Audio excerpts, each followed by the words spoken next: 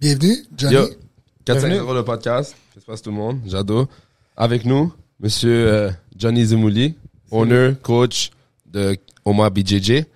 On est très content de t'avoir ici. Merci beaucoup. Je suis content d'être là. Ouais, c'est très apprécié. Aussi directeur général de la fédération, la nouvelle fédération du Jiu-Jitsu brésilien. Ouais, j'en fais trop là, je pense que... Directeur général de la fatiguer. fédération de Jiu-Jitsu brésilienne québécoise, exactement. Qui va être un des sujets sur lesquels on va aborder aujourd'hui. Merci d'être venu. Bon, on apprécie énormément. C'est très gentil. Moi puis Johnny, à travers les années, on a quand même développé une certaine amitié. Depuis, ça fait quand même un petit bout que je fais du jiu. Ça fait longtemps que je te vois à des tournois. On a toujours eu un bon vibe. On a toujours bien ri et tout. Beaucoup ri. Ouais, beaucoup ri. Majoritairement ri. Dit de la merde la majorité du temps de ma part, mais beaucoup ri. On pense à toi, Alpha. Shout out à Fabi JJ, mon frère. Puis ouais, c'est ça. Moi, je voulais... nous, on voulait principalement te parler. On voulait commencer par que tu nous parles de... C'est qui Johnny? De où tu viens? Tes origines? Ton petit accent, il vient d'où? Puis, etc. C'est moi qui ai l'accent. C'est moi. C'est toi? C'est moi qui ai moi que j'ai l'accent. Ouais. So, vas-y. On veut en apprendre sur Johnny, l'homme. Exact, le exact. BJJ guy, l'homme. Yeah. Alors. Je vais commencer par le début. Moi, je suis français. Je suis né en France, méditerranéen. J'ai des origines de partout. Une fois, j'ai fait mon test d'ADN. Là, c'est la Méditerranée. Tout autour. Il y a tout. Toute l'Afrique, toute l'Europe, tout le Portugal, l'Espagne, l'Italie, j'ai de tout. Ah ouais, hein? Je pourrais pas vous dire d'où je viens exactement. Et donc, à partir de là, c'est ça. J'ai grandi dans Les le sud de la previous France. generations, ils ont eu du fun, là, ils se sont amusés. Comment? Les générations précédentes, ils se sont ça, amusés. Ça bougeait, hein. Et ici, il y a une frontière, c'est les États-Unis. Là-bas, on va voir tout le monde. Hein. Ouais. Un beau gros mix. Un mot, comme on dit. J'ai même 1% sénégalais. Vous, ça c'est le pourcent le plus important. Je te le dis, moi. Je vous enverrai un screenshot de moi. C'est le pourcentage le plus important. Ouais. En tout cas. Non, c'est ça. J'ai grandi dans le sud de la France. Moi, quand j'étais jeune, je faisais pas d'arts martiaux du tout. Ok. Ça me plaisait pas. Moi, j'avais été faire 2-3 fois voir des cours, là, faire des katas devant des murs ou quoi. Moi, Ouais, ça ouais. me tentait pas. J'ai essayé la boxe avec mon beau-père et tout, mais pareil. Ça me tentait pas. Donc, moi, je jouais au rugby. Puis le rugby, je trouve que c'est un des sports qui est le plus proche du jiu-jitsu, en fait. Mhm. Le rugby, tu vas arracher un ballon, tu te chiffonnes avec les gars par terre, puis c'est la guerre. Et... Ça grapple. je trouve que ça... Souvent, quand j'ai des rugbyman qui viennent dans une école, je sais que ça va être la guerre. Je sais qu'ils vont y aller, les gars. J'ai trois sports, j'ai remarqué, où les gars sont bons. C'est gymnastique, rugby et Cirque du Soleil. Quand j'ai des gens du Cirque du Soleil qui débarquent dans l'école, je sais qu'en 2-3 semaines, ça va être un enfer. Yo, venez, 450 du Jiu-Jitsu, Cirque du Soleil de la Rive-Nord. Cirque du Soleil. Tu pourrais même ajouter breakdance, je pense. Les Et gars, oui, ils j'ai ont oublié, trouvé c'est ça, le troisième, breakdance. c'est le breakdance. Exactement. T'as le eu des gars breakdance. de breakdance qui ont débarqué. T'as déjà Ouais. vu un gars de breakdance venir faire du jiu, puis... Plus chez les enfants, j'ai eu des breakdancers, puis c'était impressionnant. C'est parce que nous, on sait pas bouger naturellement au sol. Mais eux, ils font que ça. Ouais. Ça, c'est leur métier. Enfin, c'est leur sport, il est comme ça, donc c'est facile. Mais des fois, quand je prends des nouveaux et que je leur fais faire une crevette, c'est pas facile. Faut dire ce qui est, c'est pas facile. Non, t'as raison. C'est pas facile. Puis quand je vois les gens bouger au sol, je leur dis, regardez lui, puis je les rassure, ça fait 2 mois qu'il en fait. Puis maintenant, il arrive à le faire. Tu vas y arriver aussi. 100%. Fait Donc, que t'as jamais c'est- fait d'arts martiaux quand t'étais jeune, t'as joué au rugby. J'ai joué au rugby. Après, je suis parti vivre en fait, j'ai commencé le jiu-jitsu vers 18-19 ans. En fait, j'avais vu l'UFC comme tout le monde. J'ai 45 ans, je suis pas tout jeune, moi. Puis j'ai vu l'UFC un peu comme tout le monde, puis je voulais me scraper avec les gens. Là. Puis là, dans la salle municipale, je suis dans un quartier un peu comment on appelle ça, comme les banlieues en France, Ouais, un petit ouais. peu, les cités. T'es où? C'est quoi la ville dans Je ça? viens de Cannes, du sud de la France. Ouais. Nice. Et même si ça paraît riche ou non, c'est pas toujours riche là-bas. Il y a des quartiers aussi là-bas. Ouais. Et du coup, c'est ça. Il y avait un gars qui arrivait, un professeur qui était ceinture blanche. Maintenant, je le réalise en fait. Il avait juste une ceinture de karaté. Il avait fait 6 mois de jiu-jitsu. Puis il s'est dit, je vais enseigner jiu-jitsu aux jeunes. Là. Ouais. Donc on était sur un sol, là, c'était du béton. Puis on était avec les jeunes du quartier qui avaient un ego et une fierté que personne ne voulait taper. Donc ça dormait, il y avait des bras cassés, il y avait la plupart qui arrêtaient parce que tout le monde sortait de la blessée à chaque fois. Du jiu-jitsu brésilien à Cannes il y a 30 ans, j'en doute pas, frérot. Ça ne fait pas être jure. le plus fancy. Avec un white belt qui teach. Qui a fait un black belt de karaté, qui se dit à tout le monde, vas-y, je vais te montrer des armbars sur du béton. plus, il était violent, ce gars-là, alors du coup. J'en doute pas, bro. Ça le fait presque plaisir qu'on se fasse mal. Exact. Ouais. Mais c'est ça que je te dis, comme, un Français du sud de la France, ceinture noire en karaté, il doit s'enjailler, frérot. Il regarde les gars en train de s'éclater, il est comme malade. Vas-y, éclate-lui le bras. Il nous a mis dedans, au moins. C'est ça qui Ouais, est bien. Puis, bon il y en point. a qui ont continué en karaté, mais moi, naturellement, je l'avais. Ça me plaisait, c'était mon truc. Tu sais, j'essayais de faire des trucs dans l'eau, nager et tout, c'était pas pour moi. Mais quand j'étais sur le sol pour me chiffonner avec les gens, ça marchait bien. Puis en fait, après, avec le temps, j'en ai fait 1 an à peu près. Puis après, je suis parti vivre en Angleterre. Et là, ça, c'est mon plus gros regret. C'est quand je suis parti vivre en Angleterre, je me suis entraîné avec un gars juste avant de partir, que j'avais d'ailleurs soumis 2-3 fois. Puis il me demandait des conseils, alors que j'étais à peine ceinture blanche. Je sais même pas si c'était un triangle à l'époque. Le premier triangle qu'on m'a fait, j'ai slamé la personne tout de suite. Je sais même pas ce que c'était. Dans de l'asphalte. Ah non, pas là. Là, on avait quand même une salle municipale. Ouais, j'en évolué. doute. Ouais. Mais juste On a pour évolué. comprendre, Johnny, t'as 18-19 ans, tu fais 1 an de joue à Cannes, puis Ouais. là, tu déménages en Allemagne. En Angleterre. En Angleterre. Comment ça que tu déménages? Qu'est-ce qui fait que t'as déménagé ta famille? Je m'étais dit, je voulais apprendre l'anglais. Nice. T'as déménagé tout seul? Tout seul, ouais, je suis parti tout seul. Ouais, moi, à 18 ans, je vivais tout seul déjà. Malade. Puis du coup, je suis parti en Angleterre. Puis là, en Angleterre, mon plus gros regret, c'est qu'en fait, le gym où je voulais m'entraîner, je le savais pas à l'époque, c'était très cher. Ça revenait à quasiment 400 pièces par mois. Au bout Dans du le compte, temps? ouais, 400 pièces canadiens à peu près. Ah, C'était bah, 200 livres UK à peu près. En fait, c'est le club de Roger Gracie. Ok. Ah, ben voilà. Donc si j'avais fait 4 ans là-bas, alors je suis resté 4 ans en Angleterre, j'ai arrêté pendant 4 ans. Puis quand je suis revenu, en fait, j'ai voulu reprendre, le gars à qui je donnais des conseils, c'était devenu mon prof en fait. Lui, il Wow. avait continué, il était devenu ceinture mauve. Puis là, j'en ai fait à peu près 1 an en France, puis après je suis parti en 2005 au Brésil. Et là, j'ai été m'entraîner. Alors à l'époque, il y avait la grande rivalité BTT, shootbox, tout ça et Ouais. tout, en MMA. Ouais. Donc dans ma tête, je suis parti m'entraîner à BTT. Je suis resté 1 mois là-bas. C'est là que j'ai rencontré Murilo Bustamante, Victor Belfort, enfin tous les gars de BTT de l'époque. Ouais. Tous les gros gars. Donc j'arrivais le matin à l'entraînement, c'était les Noguera, Paulo Filio, Puis là, t'as quel âge? À ce- 45. Non, mais À cet pendant que âge-là, t'étais j'avais- dans... 2005, j'avais 26. J'ai 26 ans. Puis là, donc c'est ça, j'ai eu ma bleue là-bas. J'ai fait une belle compétition en blanche. J'ai fait 7 combats, j'ai perdu en finale. Puis en finale, j'ai perdu à cause des points. Parce qu'en fait, je connaissais pas très bien le règlement. Ouais. Je perdais 4-2, puis j'avais un crochet. Puis au lieu de vouloir prendre mon deuxième crochet, j'ai voulu me faire une soumission à tout prix. Moi, j'avais plus l'esprit soumission. Puis là, j'ai perdu. Et c'est ce jour-là, je me suis dit, moi, le règlement, maintenant, faut que je le connaisse par cœur. Là. Ça fait partie de ma game, tu sais. Ouais. Puis à partir de là, en fait, j'ai eu ma bleue là-bas. Puis après, quand je suis revenu, je suis reparti directement au Canada. Le Canada, quand je suis arrivé, je voulais rester BTT. Mhm. Puis automatiquement, c'était Fabio, avec qui au début, en plus, j'accrochais pas du tout. Ouais. Fabio, c'est un personnage au début, quand on le connaît pas, c'est pas facile. Ouais. Puis après, finalement, après avoir le connaître et tout, je suis vraiment éclaté avec lui. Ouais.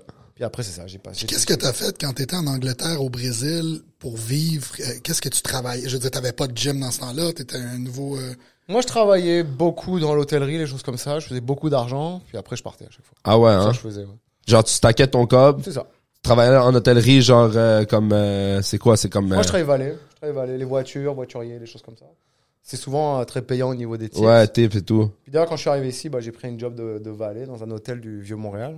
Mais surtout quand t'es dans un beau, ben tu sais, déjà pour qu'il y ait un valet, ça doit être un beau hôtel. Et là, si c'est un beau hôtel, la clientèle est quand même de haut de gamme. Si la clientèle est de haut de gamme, tu fais un bon service, le type va être bon. Exactement. So là, tu stackais ton cob, prends ton cob, tu dis, ah, je vais voyager. Exactement. J'avais fait le tour de l'Amérique du Sud pendant 4 mois. J'ai testé 1 mois au Brésil, puis je me suis entraîné 1 mois.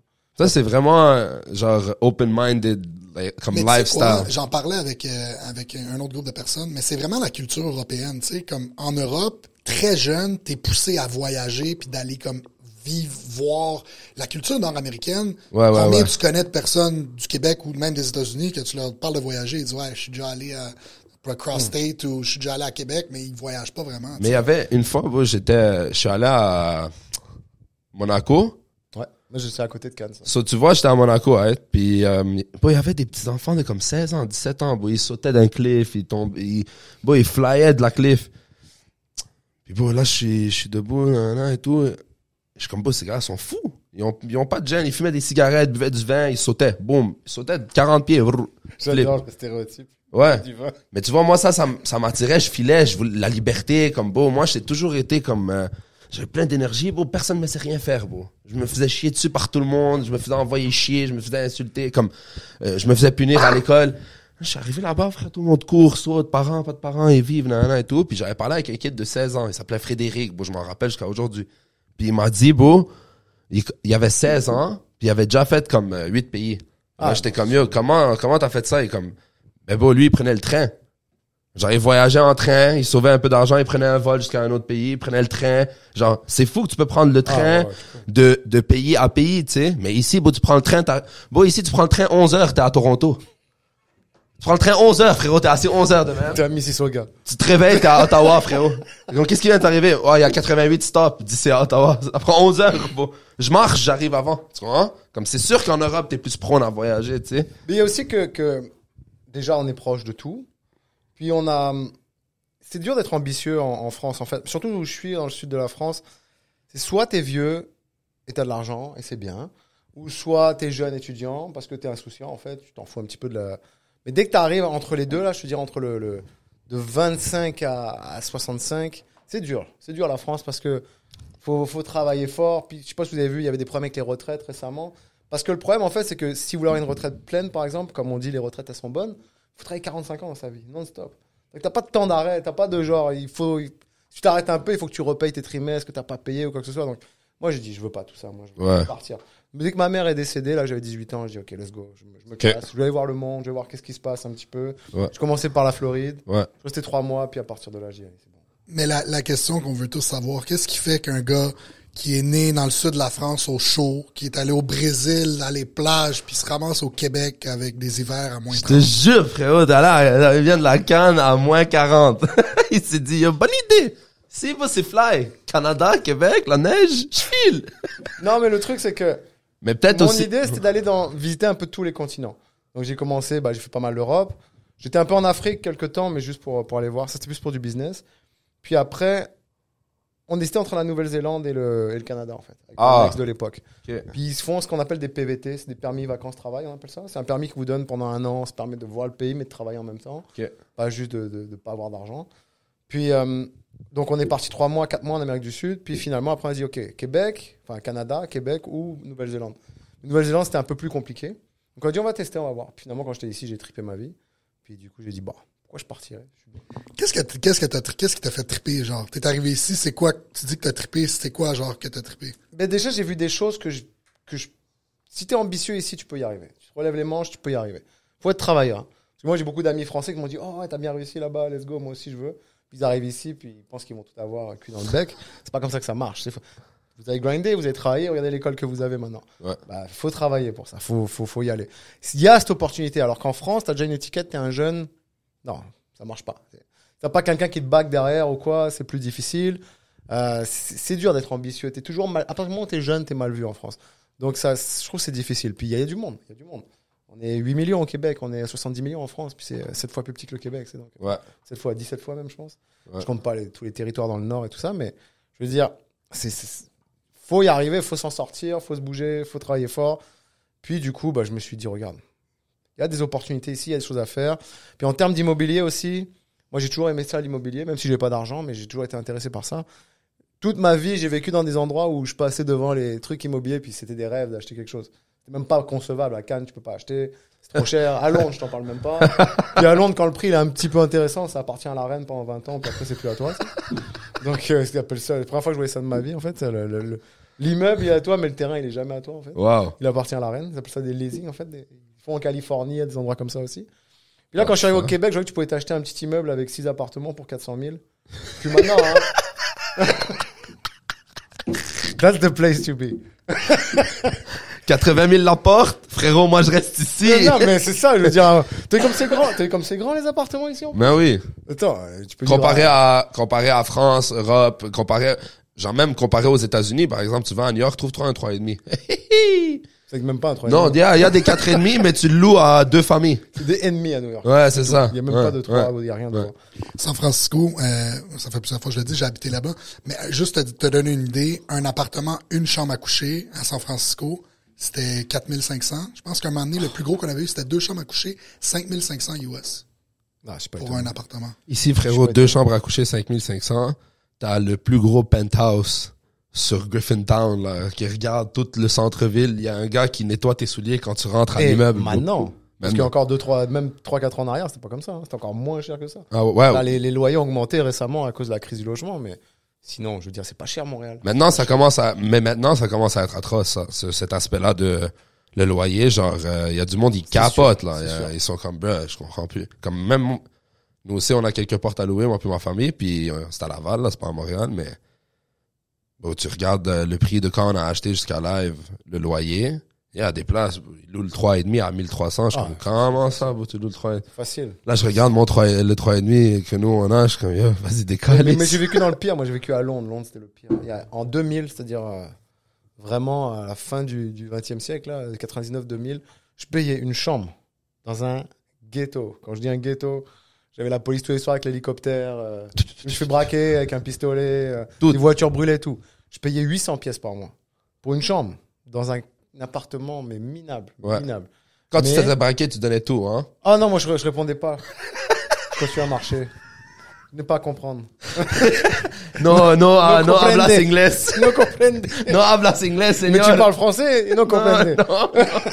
Si, on parlait français. Je dis non, lui, il est vraiment con, lui, on va le laisser tranquille. Pauvre lui, il marche, il fait des bruits, bon, il commence à bégayer. Non. Plus t'as l'air con, plus on te laisse tranquille, je te jure. Ça, c'était mon plan, check ma tête. Je veux dire, peut-être qu'on va me laisser tranquille. Fais tes choses, reste au milieu, ferme ta gueule, tout va bien aller. C'est ça, t'es arrivé à Montréal, t'as commencé à train à BTT avec... Avec Fabio, Avec c'est Fabio. ça. Ouais, avec Fabio, donc je venais arriver toute fraîche, bleue. Je dirais que jusqu'à ma fin de bleu, je tripais jiu-jitsu, mais pas comme... Pas plus que ça. Pas plus que ça. Puis vers la fin de bleu, j'ai eu comme un déclic. Il y avait un gars qui était à BTT qui s'appelait Patricio à l'époque. Patricio, c'était un monstre. C'était un ancien gars de ballet, là. Il se fait des triangles sur lui-même, tellement il était souple, le gars. Vous faites pas de mauvaises idées. Hein. Non, J'ai juste dit des triangles, d'accord? Puis, juste pour une question de perspective, parce que moi, je faisais pas de... En tout cas, j'étais pas au Québec dans ce temps-là. Genre là, tu t'entraînes avec Fabio. Il y a combien de gyms de jiu-jitsu au Québec? C'est-tu genre... C'est pas développé. Ouais, à cette époque-là, c'est pas développé du tout. Genre, les gyms sont tout petits puis il y en a pas beaucoup. Bah, ils sont toujours là quand même, la plupart. C'est-à-dire, il y avait Bravado, Templanet, il y avait... TriStar, H2O. Gracie Barra n'existait même pas encore à l'époque. Non. Parce que Bruno était à TriStar. Exactement. Même pas avec... Ouais. Il y avait... Ah oui, ça c'est fou, c'est Bruno qui a donné sa black belt à Georges. Il y avait Révolution. Ça c'était quand même un peu fucked up, là, mais... Il y avait Révolution, je te dirais que de clubs solides devait y en avoir une dizaine maximum. Quand même, je suis surpris qu'il y avait quand même... Mais bon, autant c'est ça que j'essaie de parler au monde souvent, bon, Montréal, comme, mais il y a une raison pourquoi les gars de Montréal sont bons au jiu. Non, bien sûr. La raison, c'est que ça fait longtemps qu'on travaille sur le jiu à Montréal. Ouais. Je te jure, beau, comparé à d'autres villes, beau, Montréal est là-dessus, beau. Le Québec, ils aiment se battre. Georges Saint-Pierre, c'est un gros combattant. Patrick Côté, c'était un gros combat. Les gars, ils filent, beau. La culture québécoise, les partenaires filent se battre, beau. Ils aiment checker, puis veut pas, beau, genre. Il traînait où, Patrick Côté? À BTT, non? Ouais, il était à BTT, puis... Non, il a toujours quasiment... C'est ça, toujours été BTT. Je pourrais pas te dire quand il a combattu contre Tito Ortiz, il était pas à BTT encore à ce moment-là. Mais comme c'est un partenaire BTT. C'est ça, il y avait le TKO. Bah, moi, c'est simple. Je sais pas si vous connaissez Christophe Midou. Je sais pas si vous le connaissez. Ouais. Christophe Midou, c'est un gars qui vient de ma ville. C'est un ami de mon frère, en fait. Moi, je le connais d'avant, depuis longtemps. Tu parles en France? Ouais, en France, ouais. Okay. Il vivait dans la même ville que... Il travaillait avec mon frère. Ils ont travaillé pendant 7-8 ans ensemble. Puis, lui, pour combattre, il devait venir au Canada, en fait. À l'époque, ça s'appelait IFL. Je sais plus comment c'était. Il y a longtemps en arrière. Mais avant le TKO, tout. Puis, après, il y a eu l'UGC, il y a eu le TKO. Toutes ces organisations-là qui étaient déjà très développées dans la MMA. TKO, c'était ici, non? Ouais, c'était ici. Après les États-Unis, le Canada, c'était la source de combattants canadiens pour aller. C'était pas développé. Non, ils ont toujours une culture du combat au Canada. Ouais, exact. Bon, le plus gros gate ever avant McGregor dans ce temps-là, c'était Georges Saint-Pierre à Toronto. Ouais, Toronto, 70 000. C'était le plus grand gate ever de UFC. Ouais. GSP, Toronto, niquer la race du partenaire. Il y avait un stade de baseball à l'époque. C'était fou, ça, bro. Ouais. C'était malade, là. Veux pas, à Montréal.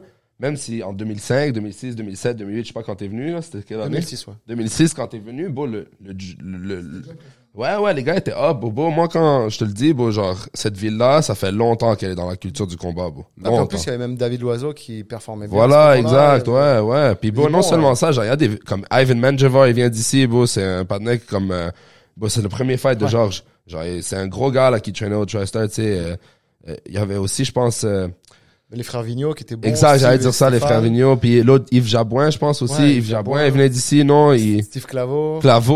Yo, shout out Steve Claveau, le tuyau. Hey, Claveau, man, t'es mieux d'écouter le podcast, le tuyau, man. Si vous connaissez, vous traînez au TriStar, vous savez c'est quoi le tuyau. Si t'as traîné avec Claveau, tu sais c'est quoi le tuyau, man. Il te met dans un head and arm de close guard. Puis il tape, et il dit, ah, le tuyau! Tabarnak! règle le tuyau! Je suis comme, ok, Clavo, c'est une légende. Bon, il rentrait, on faisait un pro sparring les mardis de Drew. Puis, tu sais, il y avait beaucoup de gars de MMA, genre, j'y venais et tout. Bon, la première fois qu'il rentre, ce gars-là, il crie, il rentre dans la porte de Chester. Tabarnak! Il rentre en gueulant, beau. Il rentre, salut, qu'est-ce qui se passe? Moi, je le connais pas, bonjour, aucune idée, c'est qui? Il rentre, il dit, c'est qui les jeunes? Vous êtes prêts? Toutes morts. Toutes morts, un par un. Là, il rentre dans la douche, il se change, il vient. Moi, je me rappelle, je pense, PO, il le leg lock. Il fait, c'est quoi cette petite soumission, calice, man? T'es une fille, man? Toucher mes jambes, c'est commence à capoter, bro. Puis depuis ce temps-là, si tu le tapes avec un leg lock, il travaille, bro. Ah ouais. Il travaille. Hey, hostie, mais il niaise, Il s'entraîne encore? La dernière fois que j'ai roulé avec lui, ça doit faire comme 7 mois, 8 mois. Parce que je pense que c'est une des premières ceintures noires au Québec. Hein. Ça fait vraiment C'est un longtemps. OG, c'est un OG du... Vraiment So, longtemps tu qu'il vois, est genre, là. la culture, elle est très bien... Parce qu'il y a eu des petits soucis avec le MMA, là, on le voyait moins Ouais, après, ouais. mais à partir de là, je veux dire, c'était quand même dans les... Mais tu sais, dans le temps, pour faire du MMA, il fallait pas que tu sois le gars le plus... Comme il y avait Georges qui était vraiment straight, mais il y avait beaucoup de gars aussi. Non, mais je sais plus ce qui s'était passé, mais il y a eu un problème avec une organisation, là, puis il s'était fait suspendre. Ah ouais. Plusieurs personnes s'étaient fait suspendre. Ok. Les raisons exactes, on le saura jamais. Mais Ouais. après, je sais qu'il y avait Steve Bossé qui était là-dedans. Ouais. Fait que là, toi, tu dis que vers la fin de ta Blue Belt, avec Patricio, c'est ça, Patricio, qui est très dommage karaté jiu-jitsu. Ce gars-là, pour moi, c'était une légende au Québec. C'était un gars super gentil, vraiment incroyablement flexible quand il combattait. Il faisait du Quand il ballet, arrivait t'as en- dit? Hein? Il faisait du ballet. Ouais, il faisait du ballet quand il était Ok. jeune. C'était un Péruvien qui était. Apparemment, il m'avait expliqué que sa famille était venue parce qu'il était un peu dangereux au Pérou, puis ils avaient tout déplacé à Montréal. C'était un amour, ce gars-là, mais quand il combattait, il plaisantait pas, là. Puis, lui, à l'entraînement, il était bon, mais dès qu'il allait en compétition, je sais pas comment. Il se transcendait, ce gars-là. Mhm. Il avait fait des super fights avec Fieras. Contre Fieras, il avait fait un match nul. Il s'était battu contre. À l'époque, c'était Scott Edwards, qui était un monstre, un genre de Maxime de l'époque. Puis l'autre, il le jette dans tous les sens. Puis lui, d'un seul coup, il lui sort un triangle de nulle part. Et après, il arrive devant la foule et il fait ça, comme ça. C'est vraiment un showman. Ouais, tu sais. ouais. Puis un jour, je lui dis, mais comment tu fais? C'est pour Sylvain, il a dit une chose qu'il faut que je te rappelle amuse-toi. Quand tu rentres sur le tatami, amuse-toi. Tout ce que tu fais là, les gens s'en foutent autour. Fais-le pour toi, fais-le pour t'amuser. Et à partir de là, c'était le déclic. Puis à chaque fois que je rentrais sur le tatami, j'avais le sourire, j'étais heureux, je m'amusais, aucun stress. Du coup, je performais 100 fois mieux. Puis là, après ma mauve et ma brune, là, je faisais, 3 compétitions par mois peut-être. Je prenais tout ce qui était possible. Fait que aller en compétition, c'était comme Comme training. entraîner en fait. C'est que j'arrivais en face de gens stressés en face de moi, qui étaient parfois sûrement meilleurs que moi, mais ils étaient tellement stressés qu'ils n'étaient pas à leur 100%. Puis du coup, je performais bien, j'avais des bons résultats. Puis c'est ça, jusqu'à ma noire première dan, j'ai fait pas mal de compétitions, puis après j'ai commencé à calmer un peu. Ouais. C'est vrai qu'à partir de la fin de brune, même brune, j'ai commencé à un peu lâcher le gui en termes de compétition parce que j'ai toujours été un peu, pas le mouton noir de BTT, mais BTT a toujours été une école quand même plus de gui à la base. Puis j'ai toujours été le gars plus no gui en fait. J'ai toujours fait mon truc à moi. Et puis après, du coup, c'est ça. Puis toutes tes belts, c'est Fabio qui te les a données. Ouais, à part la bleue, je l'ai eu par Bustamante au Brésil. Je sais même pas si t'en souviens. Mais sûrement pas. Il m'a appelé le français pendant un mois. Beaucoup Même de, pas coups de, blanc. beaucoup de coups de poing, il a mangé Bustamante. Des fois, Ouais, la ouais. mémoire répare. Beaucoup de coups. Ouais, beaucoup de couches.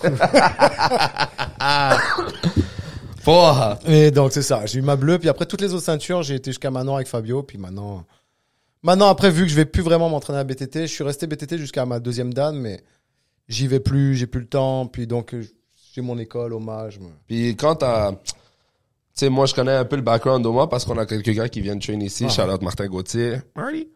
Tu sais, il nous racontait les histoires. Au moins, ça a commencé dans un centre. C'était où la première fois? C'était pas dans le sous-sol où il y avait le SAU. Pas dans le sous-sol, mais dans la salle où il y avait le SAU, à côté du stade olympique. C'était ça la première salle?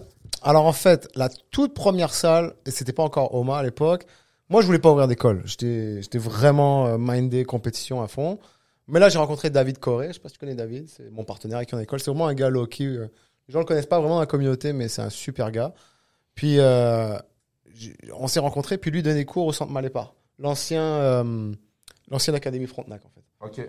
Puis il était pas trop content avec tout ce qui se passait là-bas parce qu'il vendait ça comme du MMA alors que c'était du jiu-jitsu.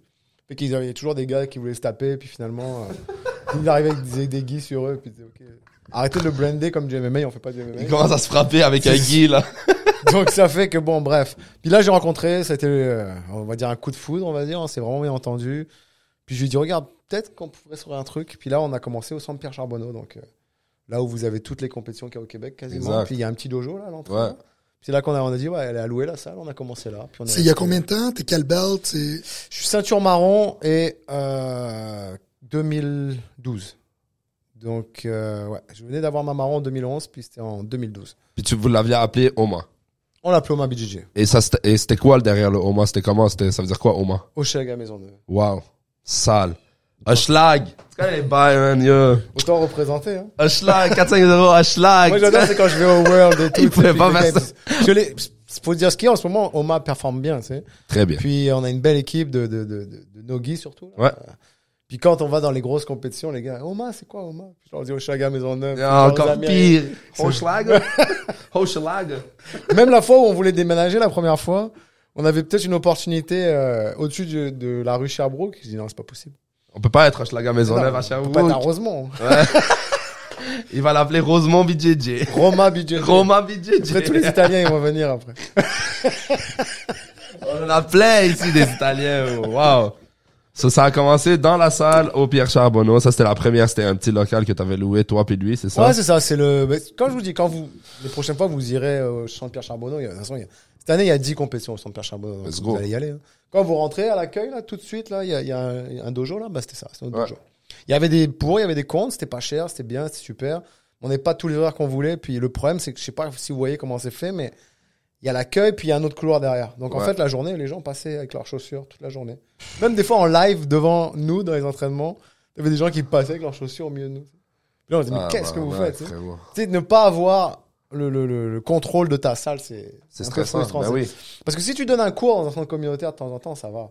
Mais on en donnait déjà 8 par semaine. Ouais, Donc exact. là, c'est plus, tu sous-loues un espace, mais tu commences à être quand même une vraie école. Tu loues un espace qui est pas aussi avec tous les avantages de louer l'espace. Genre, habituellement, tu te dis, hey, je vais louer mon espace, je vais avoir mon espace à C'est moi, ça. donner mon cours. Là, il y a du monde qui marche avec des souliers sur les matelas. T'es comme, yo, Je te frère. jure, une fois, Qu'est-ce que je sous-loue, là? peut-être vous connaissez pas, mais à l'époque, il y avait une tradition, moi, ça s'appelait les tournois du samedi.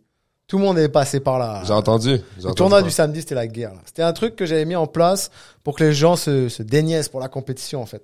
Explique un petit peu c'est quoi pour nos... Ouais, bien sûr. C'est-à-dire qu'en fait, bah, tous les gens qui arrivaient là, j'essayais au maximum, selon les gens qui avaient, de faire des catégories de poids, pour qu'il y ait à peu près le même niveau. Là. Puis un tournoi à gi, puis un tournoi no gi. Puis c'était le dernier qui gagnait, en fait, qui avait gagné le tournoi de la journée. Donc c'était la guerre, en fait. Mais quand je dis, il y a tout le monde qui est passé par là. Les combats de Tommy Morrison et Alpha, t'aurais dû voir ça. Ah ouais, hein? Alpha, croyez-moi ou croyez-moi pas, il faisait 2 fois la taille qu'il fait maintenant. Il était 2 fois plus petit. Hein. Ouais, c'était un Il était maigrichon. vraiment Ben oui. petit Alpha avant. Puis lui et Tommy, c'était la guerre à chaque fois. Là. Mais les deux partaient fâchés toujours à la fin. Tu sais. Parce qu'Alpha, il allait lui grinder un avantage à la dernière seconde, puis Tommy, il partait fâché. Mais tous les samedis, il revenait. Alpha le collecteur de avantages. Vas-y, frérot. Alpha Zigno. Quand même. Et non, c'était vraiment cool parce que tout le monde s'y mettait. Personne n'était là pour tu perds, tu gagnes. Même moi, je le faisais. Des fois, je perdais. Même tout le monde est passé par là. Et une fois, il y avait un tournoi. Il y avait Olivier, il y avait Itane, il y avait tout le monde. C'est vraiment tout le monde est passé. Mais ça permettait aux gens de se préparer pour la compétition. Tester leurs skills aussi, tu sais. Exactement. Genre voir comment tu performes en dessous du stress. C'est Et puis, smart. je mettais des arbitres. Je mettais tout, arbitre, pointage, tout. Ça veut dire que les gens en plus s'entraînaient à arbitrer. Ça Et fait. ça aidait ouais. vraiment à improve pour tout le monde en fait. D'où vient la base de directeur général de la fucking fédération de Ça c'est jiu-jitsu une autre québécoise? histoire. Ça C'est, mais quand même, si Ouais. déjà à ce temps-là, tu ramenais le monde, tu mettais un rêve, tu scorais, genre t'avais déjà Oh, veux pas dans le subconscient, il y avait une vision d'organiser un événement, Mais beau. j'ai toujours dit à mes élèves que 50% de votre combat, c'est le règlement. Tu peux pas rentrer dans un tournoi et ne pas connaître le règlement. Parce que sinon, t'as déjà perdu d'avance. 100%. D'accord? C'est beau d'avoir du cœur, c'est beau de grinder, c'est beau ci, c'est beau ça. Mais si tu connais le règlement, tu sauras quand utiliser ton énergie pour certaines choses.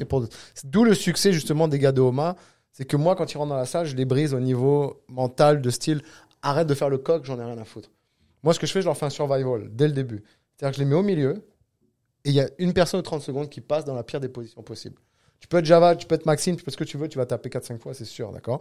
Parce que plus tu as une position avantageuse, plus la personne qui va rentrer sur toi va avoir une position avantageuse sur toi.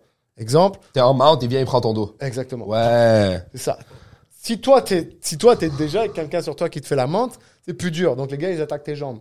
Donc, t'as un gars qui s'enlève, puis l'autre, il est déjà en train d'attaquer ta jambe. Tu sais. Donc, ça fait que on brise tout ça, puis on se niaise beaucoup aussi. C'est que dès que la personne commence à faire un peu le chanteur, comme on dit, là, on lui... Javad, je vous jure, je passe ma vie à lui mettre la misère. Javad, Franco. C'est la vie de Oma, on rigole vraiment comme ça. Mais c'est vrai que je leur dis tout le temps, être bon, ça fait des bons combattants, mais c'est la stratégie qui fera des champions. Si vous n'avez pas de stratégie, vous ne serez pas des champions. Donc à partir de là, c'est comme Maxime au début quand il est arrivé, il voulait tout dominer. Je l'ai laissé faire au début, je lui ai dit, vas-y, fais comme tu as envie, domine, il n'y a pas de problème. Mais à un moment donné, quand il arrive au World, il a réalisé que tous les gars qui étaient dans son bracket, c'était des autres Maxime dans le gym. C'est tous les meilleurs des gyms qui sont là. Puis là, il a même pas perdu parce que le gars était meilleur, il a perdu parce qu'il a fait 2 guerres et il était brûlé. Il vomissait dans les poubelles entre chaque combat. Puis là, je lui dis la fois d'après, je lui dis maintenant, tu peux pas gagner tout. Il y a des trucs que tu vas devoir perdre ou laisser passer l'orage. Puis là, la tactique, elle va se mettre en place.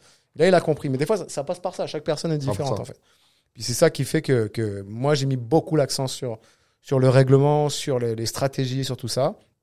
Et Tu parlais tantôt de la psychologie du sport, tu sais, de s'exposer beaucoup à la compétition pour que justement, quand tu es là, mais t'as peut-être quelqu'un en avant de toi qui est stressé, mais toi, tu as tellement été exposé que même si tu peux être moins bon, étant donné de tes nerfs puis ton expérience de compétition, tu pourrais le dominer. Puis tu sais, comme tu dis, au moins en ce moment, vous avez plusieurs compétiteurs qui gagnent à des hauts niveaux. Ce que vous avez mis en place à tous les samedis, le genre d'aspect de compete le plus possible pour être exposé, c'est intéressant parce que aujourd'hui, les résultats parlent pour eux-mêmes. Tu sais. Ouais, c'est sûr. C'est vraiment ça. Puis j'ai 3 classes de combattants dans mon école. Classe A, classe B, classe C. Classe C, c'est tout le monde. C'est-à-dire, allez-y. Moi, j'ai un tableau dans le gym. Je mets toutes les compétitions possibles. Je dis, faites-en le plus possible que vous pouvez. Classe B, ça va être des gens que je vais plus aller les envoyer vers des super fights locaux, des choses comme ça, comme des Gabriel Tabet, des gens qui ont déjà un bon niveau, mais pas forcément dans le gratin non plus. Et après, j'ai la classe A. Donc ça, c'est des Maxime, c'est des Javad, c'est des Franco, c'est des Christophe Groslo. C'est des gens vraiment que on me les demande. On va me dire, OK, je vais leur trouver des super fights. Genre, par exemple, Maxime, là, rien qu'en 2 mois, il va aller faire un super fight à Calgary.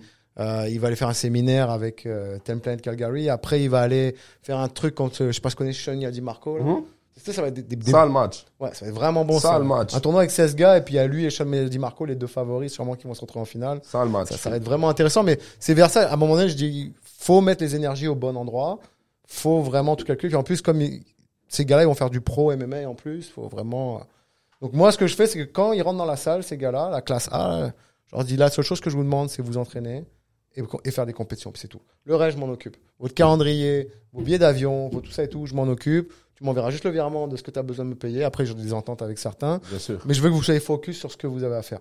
Puis le reste, moi, je m'occupe de tout ça. C'est ce que j'aime faire, c'est mon travail. C'est la stratégie, c'est le règlement, c'est l'organisation. C'est ça que je veux faire. Si tout le monde reste à sa place et qu'on ne se diffuse pas dans des choses qui servent à rien, bah, les gens restent focus sur ce qu'ils ont à faire. Ouais. Ils sont très, très autonomes, mes élèves. Moi, ma porte, elle est ouverte 24/24. Tout le monde a le code pour entrer dans la salle à n'importe quelle heure. Je leur dis, allez-y, si vous entraînez 24h/24, vous pouvez entraîner 24/24. Mais après, venez pas me dire, ah ouais, moi je fais ci, je suis fatigué, moi je m'en fous. Ouais. T'es blessé, tu restes chez toi, t'es fatigué, tu vas dormir. C'est tout. Mais sinon, après, le reste du temps, si tu viens t'entraîner, t'es à 100%.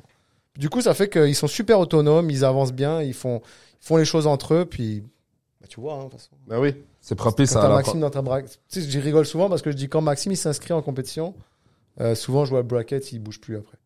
Plus personne qui s'inscrit. C'est vrai. Lui ou Javad s'inscrivent, c'est fini. Il y a plus personne qui s'inscrit. Ouais. C'est comme, peut-être je vais le battre, mais peut-être je vais me faire chier aussi. Allez là-bas. J'ai pas envie d'y aller. Ouais. Tous les unapproved, dès que la date limite elle est passée, et puis Maxime, hop là, ils ont payé après. Ouais. c'est vrai parce que ils ont un mindset et puis c'est ça que c'est chacun sa place, puis chacun fait son truc. Genre par exemple Marty, super bon en leg lock et tout, qu'on n'est pas forcément des gros leg lockers. Moi, je leur ai fait faire 3 mois de leg lock à un moment donné, puis la seule chose qu'ils ont envie, c'est de plus en faire. En fait. Ouais. Parce que je leur ai montré, moi, avant tout, je monte la défense avant l'attaque. Le plus important pour moi, c'est la défense. Parce que comment j'enseigne à mes élèves, c'est vous avez un but ultime, c'est aller dans une position où vous voulez être. C'est quoi votre position où vous voulez être? Chacun a son truc. Moi, par exemple, c'est le side control. Je préfère être en side control que dans le dos de quelqu'un. Peut-être parce que j'ai des petits bras, peut-être parce que je suis un petit gros, je suis pas bien dans le... Je sais pas, mais c'est la physionomie, hein. Chacun est comme il est, tu sais. Mais moi, quand je suis en side control, c'est l'enfer pour la personne en face. Je le sais parce que je vais le garder là et puis soit il va m'ouvrir pour une soumission, soit je vais le garder là en fait. Mais il y a des gens, comme du haut niveau, ils vont plus être dans le dos des gens. Puis il y a des gens comme Javad, ils vont vouloir être sur toi puis aller chercher le underhook. Mais je dis tout ce que vous faites dans votre entraînement, le but c'est pour arriver là. Donc je vous demande, après on va essayer de chercher votre technique, mais votre but ultime il est là. Ça fait que les gars en compétition, ils vont toujours vers l'endroit où ils veulent. Et je le vois quand ils arrivent à l'endroit où ils veulent être. Je le vois leur langage corporel, comment ils changent là. Tu vois, vraiment genre ils sont là dans leur élément. Puis là ils ont plus à réfléchir. Tu sais, Ils sont confiants. ils sont confiants puis ils y vont. Tu sais, t'as Maxime il te passe la garde, tu sais que c'est la merde. Ouais, c'est tu le fini. sais, tu sais. 100%. T'as Il y en a Java un qui le sait. Non mais c'est vrai, je veux dire, il est pas drôle, c'est pas le fun de se battre avec Maxime. Je veux dire, tu peux rien développer, lui juste il va te briser toute ta game jusqu'au moment où il arrive au point. Ouais, où il est fort, man. Il sait qu'est-ce qu'il veut puis il va le chercher. Puis de l'autre côté, t'as des gars comme Grollo, c'est l'opposé total. C'est lui, Scramble God. Il te fait croire que genre tout va bien, mais il te sort une soumission de n'importe où, tu sais. Il adore Scramble, Grollo. Il adore ça. Il est allé à American Top Team, il était ceinture blanche. Il faisait déjà des buggy choke à l'époque. Bon, là, je l'avais ramené à American Top Team là pour qu'ils aillent s'entraîner les jeunes un peu. Et je m'en souviens, à la fin d'un cours, devant des marrons, tout, ils étaient 7-8 à lui demander de faire un petit séminaire du buggy choke. Puis à un moment donné, ils lui disent, mais t'es quelle ceinture? Il a dit blanche. Je suis un petit gars d'Hochelag Maisonneuve, y'a quoi? Un petit gars d'Hochelag Maisonneuve, buggy choke tout le monde. Mais c'est parce que je leur laisse justement ce truc de, je suis pas un head coach dans le sens, moi ce que je veux c'est un ensemble, c'est un mindset. Puis après à vous de développer votre game, c'est vous qui allez voir. Maintenant tu veux travailler, tu travailles, tu veux pas travailler c'est ton problème. Moi j'ai un peu ce mindset là, j'essaie de montrer des techniques sans vraiment dire que c'est ça que tu dois faire. Moi je leur dis comme yo check, moi je suis bon à faire ça. Ça c'est ce que moi je sais faire. Exactement. Mais si toi quand t'arrives au dos, t'aimes pas tomber du choking side, t'aimes tomber du underhook side. Ouais. Parce que tu sais, il y a beaucoup de règles dans le jeu, genre, tombe jamais du côté du choking side. Ouais. Quand t'as le armbar, assure-toi que son pouce pointe le ciel. Tu sais, des affaires comme répétitives, mais ouais, c'est mais après, le gars qui va le faire différemment, bah, il va faire un séminaire à $150. Voilà. Tout le monde va dire, oh putain, c'est incroyable sa technique. Ouais. Non, c'est parce que lui, il se sentait mieux à le faire comme ça. Non, Est-ce que vous allez arriver à le faire de la même façon? Peut-être pas. 100%. Mais, maintenant, il vous charge 150 pièces pour vous le montrer. Mais il y a aussi l'autre aspect du genre que comme, tu vas le montrer au gars, et là, lui, on va dire, je vais montrer du dos, et là, lui, il tombe du choking side, puis il est comme, moi, je finis toutes mes rear naked, je les finis du choking side. Je les finis pas une fois de l'autre côté. Tu penses que je vais venir lui dire comme, ah, mais, c'est pas bon. Comme, comment je peux lui dire c'est pas bon? Non, tu peux pas. Alors, lui, je le laisse développer sa game d'une manière, et là, je suis comme, ok, montre-moi qu'est-ce que tu fais. Tu tombes de ce bord-là. Excellent. Ouais, ça fait du sens, bro. Ça fait extrêmement du sens. Il y a tellement à apprendre dans le jiu-jitsu. 100%. La dernière fois, on niaisait avec, au gym. Je tournais avec Geneviève, c'est une de mes élèves. Geneviève, elle me fait une espèce de technique, puis je dis, mais qu'est-ce que t'es en train de faire? Elle dit, j'essaie de faire un buggy choke. Je dis, ça n'a rien à voir, c'est pas un buggy choke. Mais, ça peut être tight quand même. Pour s'amuser, en fait, c'est je prends un scarfold comme ça, je prends juste la tête, puis l'autre vient chercher sa jambe en arrière, puis ça fait comme un buggy, mais on a fait la vidéo pour plaisanter. Ouais. Puis la vidéo, elle a généré 2 millions de vues. Puis là, je vois plein de gens qui la repostent, la vidéo, à leur sauce à eux, mais l'original, elle est partie de Homa. Parce que justement, je leur ai laissé cette créativité, puis en niaisant, puis après, en plus, c'est moi qui tape sur les vidéos à chaque fois, tu sais, je m'amuse toujours. 100%. J'ai même pas un profil sur Instagram. Ouais, toi, c'est Oma. Ouais, exact. Je suis vraiment, moi, je veux juste rester en arrière de tout ça, puis ce que je veux, c'est qu'ils se développent, je veux qu'ils se sentent bien, je veux qu'ils se sentent heureux, puis je veux que, tu sais, je veux dire, qu'est-ce que tu veux que j'apprenne un mouvement de lutte à Maxime? Voilà. Qu'est-ce que tu veux que j'apprenne et pourtant, je leur donne des conseils quand même. Tu sais, Javad, il a perdu contre Brandon la dernière fois en compétition parce qu'il était un peu trop confiant. Tu sais, il se permettait de donner sa jambe, mais j'ai pris Javad. Tu donnes ta jambe à un des... J'ai dit Javad. J'ai dit, tu te crois, toi? Tu crois quoi? T'arrives sur le combat, tu respectes les gens, tu sais. Qu'est-ce que tu veux prouver en donnant ta jambe 100%. Et faire croire que t'es capable de le gérer? T'as rien à prouver. Moi, je m'en fous parce que tu gagnes, tant mieux pour toi. Tu perds, par contre, je vais te mettre la misère. Donc, t'as aucun avantage à faire ça. Tu peux aller à DCC en 2024 sans problème. Là, il va aux Trials Europe. Il a de bonnes chances de gagner. Franco aussi, il a des bonnes chances de gagner. Ils y vont les deux en Europe. En Europe, on s'entend, ils sont 20 dans la catégorie des lourds. Là.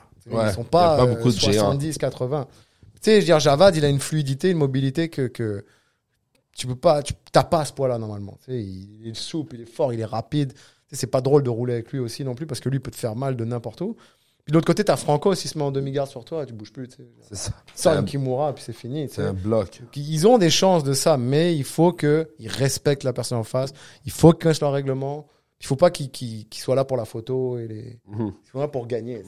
Puis c'est tout. Puis c'est ça que je les pousse. Donc continue comme ça marche bien. Puis non, ça marche très bien. Puis c'est nice aussi d'avoir une relation avec d'autres gyms. Tu sais, genre nous on a une bonne relation avec toutes les gyms. Nous on a un affilié de Tristar. Puis à la fin de la journée, on est encore en apprentissage. Tu sais, on est des récents gym owners. On a tout à apprendre. Tu sais. C'est ça, exact. So, quand on parle avec beaucoup de monde de d'autres gyms, ça nous donne une perspective de quelqu'un avec plus d'expérience. Right? So, c'est très bien pour nous de voir la perspective de différents gym owners, gym coach, entendre parler et... Surtout ceux qui ont du succès. Là. Exact, ouais. C'est nice d'avoir cette perspective-là. Puis c'est aussi cool, tu sais, des fois, on oublie que comme yo... Nous, le Jiu était illégal pendant fucking 7 ans, 8 ans, right? 7 ans, ouais, mais ça, ce que ça a fait, c'est que, veux pas, fallait qu'on voyage pour compétitionner. Ouais, mais pour voyager, quand tu voyages et tu compétitionnes, t'arrives là-bas, puis il y a juste moi puis Max dans la division qu'on vient de Montréal, puis on est aux États-Unis. Comme ça crée une certaine, genre, comme une camaraderie, genre, t'es comme, yo, être posé, genre, nous, on vient du Québec, puis on va leur montrer à ces gars-là que comme yo, on train hard au Québec, tu sais. So, c'est nice d'avoir cette communauté qui est quand même proche, genre, malgré qu'il y a des beefs entre des gyms et d'autres gyms et tout, les vrais gros gyms, les bons gyms, il n'y a pas de beef entre eux. Ils sont genre vraiment tête à apprentissage, ça s'échange des idées, ça cross-train, ça va là-bas, ça vient ici, ça s'échange des idées. Il y a des gars qui traînent aux deux gyms, qui se parlent de qu'est-ce qu'ils font là-bas, qu'est-ce qu'ils font ici, parce que cette idée de genre, comme si tu penses que toi, tu connais une technique que personne d'autre connaît, t'es dans le champ, frérot. Tout le monde connaît tout. Maintenant, la meilleure façon de s'améliorer, c'est de prendre cette information et la donner au monde et avoir leur feedback par rapport à cette information-là. Genre, qu'est-ce que lui, il pense de ça? Parce que peut-être que toi, tu penses que cette technique, elle marche parce que tu l'as hit sur 5-6 gars dans ton école, mais tu vas à l'autre école, ça rentre pas une fois. Pourquoi? Parce qu'il y a un gars à cette école qui est bon avec cette défense, qui en a parlé à cette école, qui a montré à ses étudiants de cette école comment défendre ça. Puis si toi, t'es close-minded et tu veux pas aller apprendre de d'autres écoles, tu veux pas interagir avec d'autres écoles, tu veux pas parler avec les compétiteurs, les coachs, ben tu vas jamais être ouvert à cette technique-là, tu comprends? Exactement. Puis je trouve que c'est ça qui est nice, c'est ça que j'essaie de build ici, qu'on essaie de build ici. Mais c'est ce qu'il faut. De toute façon, le cross-training, ça a été mon gros débat avec beaucoup de mes coachs, principalement Fabio à l'époque. Lui, il y croit pas à son cross-training, il pense que tout est dans le gym et il n'y a pas de problème. Mais moi, j'ai toujours dit, on veut être quoi, les meilleurs de Montréal ou les meilleurs du monde? C'est quoi le but, en fait? Ouais. D'être les meilleurs du monde. Je veux dire, moi, je m'en fous d'être le meilleur de Montréal. Je m'en fous de gagner des petites compétitions locales, c'est très bien. C'est fait pour se développer, comme tu dis. Normalement, tu vas peut-être te tester contre Maxime ou contre d'autres de ton poids de Montréal. Mais au bout du compte, c'est de se retrouver au trial, se retrouver au World, puis s'entraider. Comme on peut, on va se coacher, on va s'aider, on va se pousser les uns les autres. Moi, je le vois plus comme un gros sparring ici. Mais quand tu vois les anciennes écoles, avec l'ancienne mentalité, comme ils nous ont appris à nous, c'était, non, tu t'entraînes pas ailleurs, t'as tout dans ton gym, il n'y a rien à faire. Puis en fait, je trouve qu'avec le temps, c'est là où ça a évolué, c'est qu'avant, des fois, les gyms se crachaient un peu dessus en disant, ouais, mais eux, ils sont pas bons parce que si, eux, ils sont pas bons parce que ça. Puis là, moi, je trouve que ça a shifté plus. Chaque école a une étiquette et une identité, en fait. Ouais. Et il y a des écoles de no-gi, il y a des écoles de gi, il y a des écoles grand public, il y a des écoles compétitives, il y a des écoles, je sais pas si vous connaissez ClassPass, par exemple. Non. Vous connaissez ClassPass, c'est un truc là que tu t'inscris là-dessus, tu mets ton école, puis c'est des gens, en fait, qui achètent un abonnement mensuel puis peuvent s'entraîner dans différents sports. Okay, cool. Très populaire aux États-Unis et en Europe. Moi, je m'étais inscrit à ça, puis à l'époque, je n'avais pas fait attention. Puis là, je reçois plein de gens de ClassPass. Des gens qui réservent leur classe. Donc, ils peuvent se réserver, je sais pas moi, du CrossFit à un endroit. Ils payent $120 par mois, puis ils peuvent aller faire des cours. Yoga, CrossFit, des cours de... Ouais, c'est ça. Ils vont tester les sports qui les intéressent, en fait, jusqu'à se faire un choix vers là où ça les intéresse. Souvent, c'est payé par les entreprises, c'est payé par... ta compagnie va te payer ça. C'est pas mal développé dans je dis États-Unis, New York, tout ça et tout, c'est pas mal développé. Mais moi, je vois les gens de ClassPass quand ils viennent à Oma, c'est dur pour moi parce que moi, ça rush à l'entraînement. Tu sais, on roule fort. Tu sais. Ouais. Et puis, je vois les gens de ClassPass qui viennent. Souvent, c'est plus des gens grand public, tu sais, qui viennent. Et puis je leur dis, écoutez, faites ce que vous pouvez, amusez-vous. Si tu veux pas faire les combats, tu fais pas les combats. Il y a une semaine gratuite. Essaye tous les cours que tu as envie et vois si ça te plaît à la fin. Et c'est pour ça qu'on a une semaine gratuite à Oma parce que je veux parce qu'on a une étiquette de rouler fort, on a une étiquette de s'entraîner fort, de compétition quand même. Tu sais. Mais à un moment donné, on s'est posé la question avec mon partenaire. Est-ce qu'on va vers du grand public? On fait des cours d'introduction avec des blanches qui sont à part, puis tout le monde est plus élevé entre eux ou quoi que ce soit. Puis finalement, on a dit non. Moi, mon identité, c'est un sport de combat où j'ai appris. La première phrase qu'on m'a dit, c'est le jiu-jitsu, c'est fait pour se défendre n'importe où, contre n'importe qui, à n'importe quel moment. T'es dans un bus, t'es dans des toilettes, n'importe où, tu dois savoir te défendre. Donc, moi, c'est cette mentalité-là qu'on m'a montré au début. Donc, poulet la garde, des choses comme ça, c'était pas vraiment dans mon époque, tu sais. Puis même si en termes de stratégie, c'est bon de pouler la garde. Ben oui. Parce qu'en dessous, il y a beaucoup plus d'ouverture qu'en dessous, c'est sûr et certain. Mais vous voyez, quand on regarde le style ADCC, ça lutte plus, ça revient à You wanna get, bro, ADCC, tu veux get on top, rester en top, cook le gars et le tuer, bro, tu sais. Ça Il y a du monde get on top, pour eux, c'est sweep, le gars. Ouais, mais c'est ça. C'est comme les petits poids, ils s'en foutent du -1. Ouais, exact. Ils veulent être en dessous, ils savent qu'ils ont beaucoup plus d'ouverture. Ouais. Mais c'est vrai que des fois, venir à Oma pour des gens grand public, c'est pas facile. Alors peut-être que par exemple, Gracie Barra, ça peut être grand public. BTT, ils ont un style très fort physiquement où ils vont se mettre en demi-garde sur toi, puis Ça va te être pin. difficile. Ouais. C'est dur à aller bouger, à quoi que ce soit. TriStar, ça a toujours été une école de Nogi, tu sais, plus orientée vers le MMA ou quoi que ce soit. C'est vrai que c'est plus l'époque de Ethan et Olivier qui a révolutionné ce côté clé de jambe et tout. Ouais. Mais avant ça, c'était plus MMA, en fait. Tu sais, ça, c'est shout-out à Firas, là, tu sais. Ouais. Mais c'est aussi à cause du MMA, je pense, les clés de jambes, parce que la façon que ça a été créé, c'était à travers le MMA. Ça va être genre, j'ai allé train avec John. Ouais. John, c'est le coach de Firas. Ça a fait en sorte que, comme, tout ce qu'ils apprenaient des clés de jambes là-bas, tu sais, veut pas, Georges, pendant qu'il faisait son training camp de MMA, il voyait les clés de jambes, il roulait avec Gordon et ces gars-là. Là, ces gars-là, il le tapait en 2 secondes. Là, il revenait, il disait à Firas, comme, bon, il y a 2 blancs de New Jersey, frérot, ils pèsent 108 livres, ils m'explosent les genoux. Là, Firas, c'est comme ce qui, là, il les amène. Là, ça donne, comme c'est fou comment les choses arrivent en même temps. Là, Taza et Ethan, ils train. Taza et Ethan sont bons à TriStar. Gordon, Nicky viennent. Eddie Cummings vient. Ils apprennent le leg lock de lui. Ils sont comme shit, what the fuck. Là, ils explosent tout le monde avec le leg lock. Et là, boum, ça explose dans le gym là-bas, tu sais. Mais ça a commencé à la base avec le fait que c'est un gym de MMA. Genre, j'ai allé train du MMA, tu sais. C'est ça qui a amené les clés de jambes et l'aspect plus technique à TriStar comme Firas. C'est un gros, tu sais, oui, il nous parle de compétition et tout, bien sûr, mais deep down, c'est un technicien de Jiu. C'est pas vraiment, tu sais, lui, il veut break down la technique, être pure technique, voir la technique derrière l'affaire. Puis, c'est ça qui est nice à propos de cross-train. Comme si, par exemple, tu veux aller hard, tu vas aller à Oma, frère. Genre, je veux des tough rounds, je me présente à Oma. Le dimanche, l'open mat, là, c'est la guerre. Hein. Ouais, t'auras des open, exact. T'auras du monde qui vole à gauche et à droite. On voit les caméras maintenant, là, tu sais, ça se bat, là, au Oma, tu sais. Puis comme tu dis, tu sais, l'importance de cross-train pour un jeune compétiteur, ce qui est dans un gym peut-être, tu sais, où c'est plus fluide, plus s'amuser, plus technique. Si tu vas en compétition, c'est des dogs. Ouais, exact. Fait que quand t'es en compétition, si tu veux gagner, y a pas de nitty-gritty c'est genre, il faut que tu Y a pas de flow roll. Exact. Fait que d'aller, comme tu dis, le dimanche à un open mat à Oma, ou est-ce que c'est plus hard? T'as pas le choix. Non, bien sûr, mais c'est pour ça que je dis chaque école a son identité. Il y a des écoles qui s'en foutent de la compétition. 100%. Ça les intéresse pas. Il y en a, c'est plus du self-défense. Il y en a, c'est plus, TriStar, c'est orienté vers les clés de jambes parce que justement, à la base, c'était une école de Nogi. Mais il faut comprendre une chose, c'est que ma génération à moi, même s'il y a du no-gi, ça restait qui était enseigné par des gens de gi. Mm-hmm. Donc ça fait que ça a resté les mêmes techniques sans un kimono. Tu vois ce que je veux dire? C'était juste ça en fait. Donc on n'arrivait pas à évoluer dans notre no-gi. On avait un bon pressure pass, des choses comme ça, mais les clés de jambes, c'était genre, qu'est-ce qui se passe? On comprenait C'était pas, déjà ça. mal vu aussi, tu sais, veux pas là dans le temps, comme yo, tu sais. Parce que c'est la BJJF. À BJJF, à la base, déjà, là, ils évoluent, mais il y a encore 2 ans, en no-gi, tu pouvais pas faire des... Même live, tu peux pas, faut que tu sois ceinture brune et noire, là. Noir, déjà, moi, vite laisse pas tuer puis te disqualifier des mondiaux, bro. Mais c'est pour ça que quand on a fait le règlement de sécurité quand on est devenu légaux, là, ils ont dit, vous pouvez pas reprendre les compétitions sans un règlement de sécurité. Donc ça, c'était le gros chantier. Il fallait faire un règlement de sécurité. Donc là, on a réuni... Touchons là-dessus, d'ailleurs, t'en parlais. Là. Parlons de la fédération. Toi, t'es le directeur général de la fondation.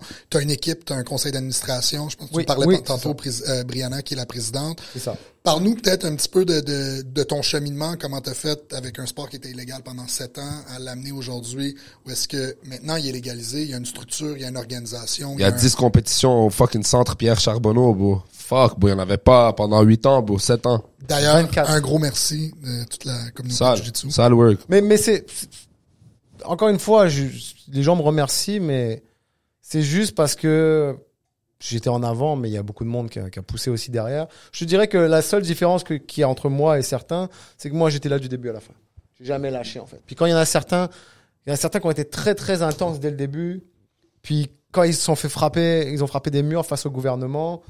Ils ont disparu. Ils ont disparu dans le sens que je les comprends parce que c'est frustrant. C'est frustrant, de se dire que le seul endroit au monde, c'est au Québec que tu peux faire des compétitions, tu sais. C'était tout le Canada au début, ça a été réglé en moins d'1 an dans le reste du Canada.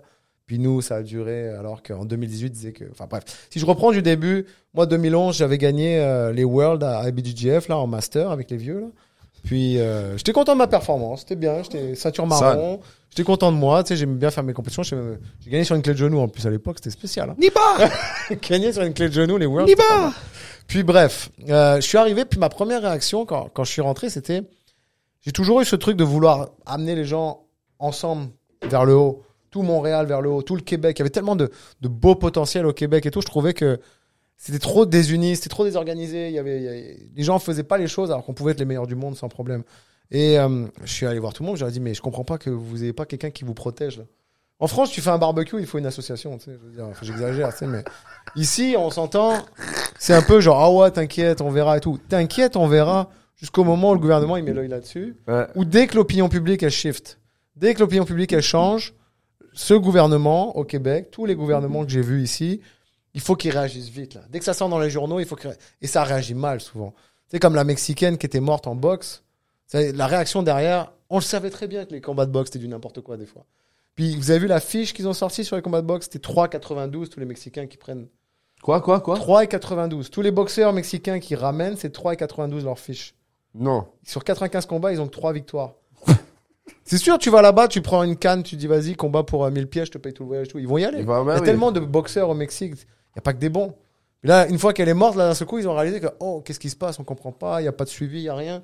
Puis là, ils ont tout changé d'un coup. Sauf que la régie, ils gèrent tout. Ils gèrent le MMA, ils gèrent la boxe, ils gèrent tout. Fait que les gars des MMA qui n'avaient pas d'expérience, parce qu'on s'entend qu'en MMA, tu fais peut-être 5-6 combats amateurs, on passait pro, mais les boxeurs, ils en font une trentaine, quarantaine, cinquantaine.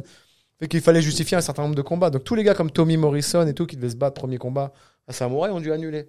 Pourquoi? Parce que le gouvernement, le jour au lendemain, ils ont décidé qu'il fallait faire différemment. Mais en une semaine, avec rien de placé. Rien... Donc, c'est passé pour le jiu-jitsu. Là, il y a eu des chicanes entre des gens des MMA amateurs. Moi, à l'époque, j'avais dit aux gens, je dis, mais il faut quelqu'un pour nous protéger ou quoi? Ah non, mais toi, ce que tu arrives de France, c'est trop procédurier. Tu comprends pas. Et ici, c'est chill. Ici, c'est relax. Je dis, non, tu verras, quand il y a quelques dollars qui vont commencer à transparaître, là, vous allez voir que le gouvernement, ils vont te mettre sur notre cas. Vous inquiétez pas. Oui, mais non, mais arrête. Tu vas t'habituer. Puis quand tu vas comprendre que c'est différent ici. Ouais. Tous les gouvernements, c'est les mêmes. Tu penses A, je pense B, eux, ils pensent C. T'inquiète pas. Hein. C'est pas la même chose. Ouais. Ils pensent toujours aux poches. Ils pensent au vote. Ouais, les exact. votes avant tout. Puis, quand c'est arrivé, c'était des chicanes entre promoteurs, on le sait. Puis, la police venait sur les deux événements. Puis, à un moment donné, ils en ont eu marre. Je les comprends. Ils ont d'autres choses à faire. Hein. Donc, du coup, ils ont dit, OK, c'est quoi la loi? Il y en a pas. Donc, c'est quoi la loi fédérale? C'est la loi fédérale. Ça régit les sports olympiques. Puis, nous, on n'est pas un sport olympique. Right. Donc, à partir de là, ils estimaient qu'on était illégaux. Donc, le premier événement qui a été arrêté, c'était le kickboxing. Le kickboxing, c'était au Casino de Montréal à l'époque. Puis, ils se sont fait stopper. La police est venue, a dit, vous savez, l'événement, on arrête tout le monde. Puis là, donc, on s'est posé des questions. Puis, ils ont fait la même chose le vendredi avant la compétition des Trials à Abu Dhabi au Centre Pierre Charbonneau. Wow. Alors, le jour d'avant. En disant, si vous faites la compétition, même pas nous, au Centre Pierre Charbonneau. Si vous faites la compétition, on débarque, on arrête tout le monde. Puis c'est pas en plus la petite police SPVM qui fait les rues. Hein. C'est la brigade. La GRC. Non, c'est tu sais, ceux qui gèrent les gangs de rue, les choses comme ça. Ouais. Eclipse. Eclipse. Ouais, non, c'est pas Eclipse. Je sais plus quand la brigade on appelle ça des mœurs en France, mais ici, je sais pas. Ils viennent avec les shields, là? Non, mais ils arrivent, ils ont la montre, la grosse montre, ouais. Tout, tu penses que ils ont le night vision et 3 heures de l'après-midi, là. Puis c'est pas genre, si vous faites votre compétition, vous arrêtez tous. C'est check. On vient, on débarque, on arrête tout le monde, menotte au poignet. Essaye-nous. Ils plaisantent pas. Ouais, s'il te plaît, viens. Puis là, c'est ça, on a commencé à se poser des questions. On se dit, OK, qu'est-ce qui se passe là, tu sais? Puis là, on a fait comme d'habitude. T'es pas content, tout le monde, OK, on fait des photos, des posts sur Instagram, des fuck you partout, des ci, des ça et tout. Mais ça menait à rien. Enfin, t'as un gars qui dit, OK, c'est qui ces gens-là, je lui dessus, moi je m'en fous. Je m'en bats les couilles, il y a 8000. Il y a 8000 gars qui font du jiu, je m'en bats les couilles. Moi, sur mes votes, qu'est-ce que j'en ai à faire de, tu sais? Ouais, c'est ça. Mais c'est ça la vérité. Eux, leur famille et leurs amis peuvent voter contre moi, je m'en bats les couilles, ouais. Ils ont même pas de fédération organisée, ils sont même pas reconnus, on sait même pas que c'est ces gens-là, qu'est-ce qu'ils font? Ils se mettent en pyjama, ils se battent par terre, je veux dire, qu'est-ce qu'on est pour eux? On n'a rien, tu sais. Puis faut comprendre une chose, c'est que le ministère des Sports, il gère tous les sports. La sécurité des sports, elle gère tous les sports. Elle gère pas que le jiu-jitsu, elle gère pas que les arts martiaux. Ouais. Il y a pas en France, par exemple, il y a une section arts martiaux, il y a une section, bref, anyways. Puis, donc, ça fait que le premier gouvernement, on n'avait rien à faire. Le deuxième, la CAQ avait promis de gérer ça. Ils n'ont rien fait du tout. Ouais. Même chose. Hein. Ouais, les grandes promesses électorales. Ouais, on va régler ça parce que c'est un problème facile à régler. Rien du tout. Ni vu ni connu. 4 ans plus tard, il se passe rien. Covid qui débarque. Ouais, mais j'ai fait des réunions et des meetings avec eux et des trucs et à s'écouter parler. Là, j'en pouvais plus à la fin. J'ai dit, mais, s'il vous plaît, les gars, franchement, à un moment donné, là, Ouais. on a la solution. Mais en Ontario, ils ont la solution depuis longtemps, mais ils l'ont pas bien fait. Donc nous, on préfère bien le faire. Je fais même pour l'instant, nous, on fait pas de compétition. Je dis aussi, je préfère le faire comme en Ontario, qu'ils le fassent d'une façon, puis qu'ils ajustent avec le temps et au moins on continue les compétitions. Nous, c'est genre, on cherche la solution parfaite. Ouais. Il n'y avait pas de solution parfaite, ça fait qu'ils n'ont rien fait. Là, le Covid par-dessus est arrivé. On n'allait pas se mettre dans la rue puis dire Ah oui. tu peux même pas aller voir ta grand-mère, tu sais. Nous, on veut se mettre à 600 dans une salle, tu sais. Tu sais, ça passerait mal quand ouais, reprenez les compétitions. On va mettre des masques. Ouais, à Noël, tu sais, on était deux, tu sais. Je te promets qu'on va mettre des masques. Ouais, c'est ça. On va se battre comme ça, frérot. De... Puis bon, vous avez vu le Covid, hein, il y a eu tellement de c'était l'enfer. d'inepties, de choses dites, non dites, de n'importe quoi, j'ai compris des positions. C'était pas le moment de la ramener. C'est ça, 100%. Quand ça a commencé à se calmer, bah, c'est là que j'ai recontacté la direction des sports. Puis je leur ai dit, bon, bah, qu'est-ce qui se passe? Puis là, tous les courriers que j'ai envoyés, il n'y avait plus personne. Ils étaient tous démissionnés. Le dossier était mis de côté, il n'y avait plus rien et tout. Wow. Là, on a eu deux chances extraordinaires. C'est que la première, c'est que le gars, François Cloutier à l'époque, c'est dommage, il est parti d'ailleurs, il a repris le dossier, puis il a repris le dossier. Il À est parti fond. à zéro. Là. Il a changé complètement l'idée de ce qu'il devait faire. Puis moi, je m'étais toujours battu pour qu'on soit pas une fédération reconnue pour reprendre. Parce que si on avait dû en plus avoir une reconnaissance comme ils ont fait en Ontario, nous, on n'était pas prêts là. Ça aurait pris encore 2-3 ans de plus. Tu sais. Ça veut dire quoi, ça, genre? Bah, ça veut dire qu'ils nous auraient dit c'est légal, mais il faut que votre fédération soit reconnue. Une fédération reconnue, ça demande beaucoup de choses. Ça demande une Ok. autonomie, ça demande des représentations, ça demande des membres, ça demande plein de choses. Puis il faut montrer plusieurs années de bilan, il faut montrer plein de choses. Tu sais. Puis c'est ce qu'ils avaient demandé en Ontario, mais en Ontario, ils sont organisés depuis longtemps sur ça. Tu sais. Donc quand c'est arrivé, ils étaient déjà prêts. Le problème, c'est qu'ils étaient deux à être prêts, l'OGA et l'OJA. Puis maintenant, ça fait Ça quelques fait, fédérations ouais, là-bas. ouais. Et nous, on a dit, OK, on veut pas ça. Puis la seule chose qu'ils nous ont demandé, c'est qu'on ait un règlement de sécurité, puis qu'on puisse reprendre les compétitions. Donc là, on a réuni pas mal de ceintures noires, autant géographiques que genre de représentation de gens au Québec. Pierre-Olivier, Brianna, des gens à Québec, des gens à Gatineau, des gens, tu sais, pour être sûr que tout le monde se parle. Tu sais. Puis là, on a présenté un règlement de sécurité, on l'a travaillé 3-4 fois, on l'a envoyé sur plusieurs mois. Le 8 mars, le décret est passé.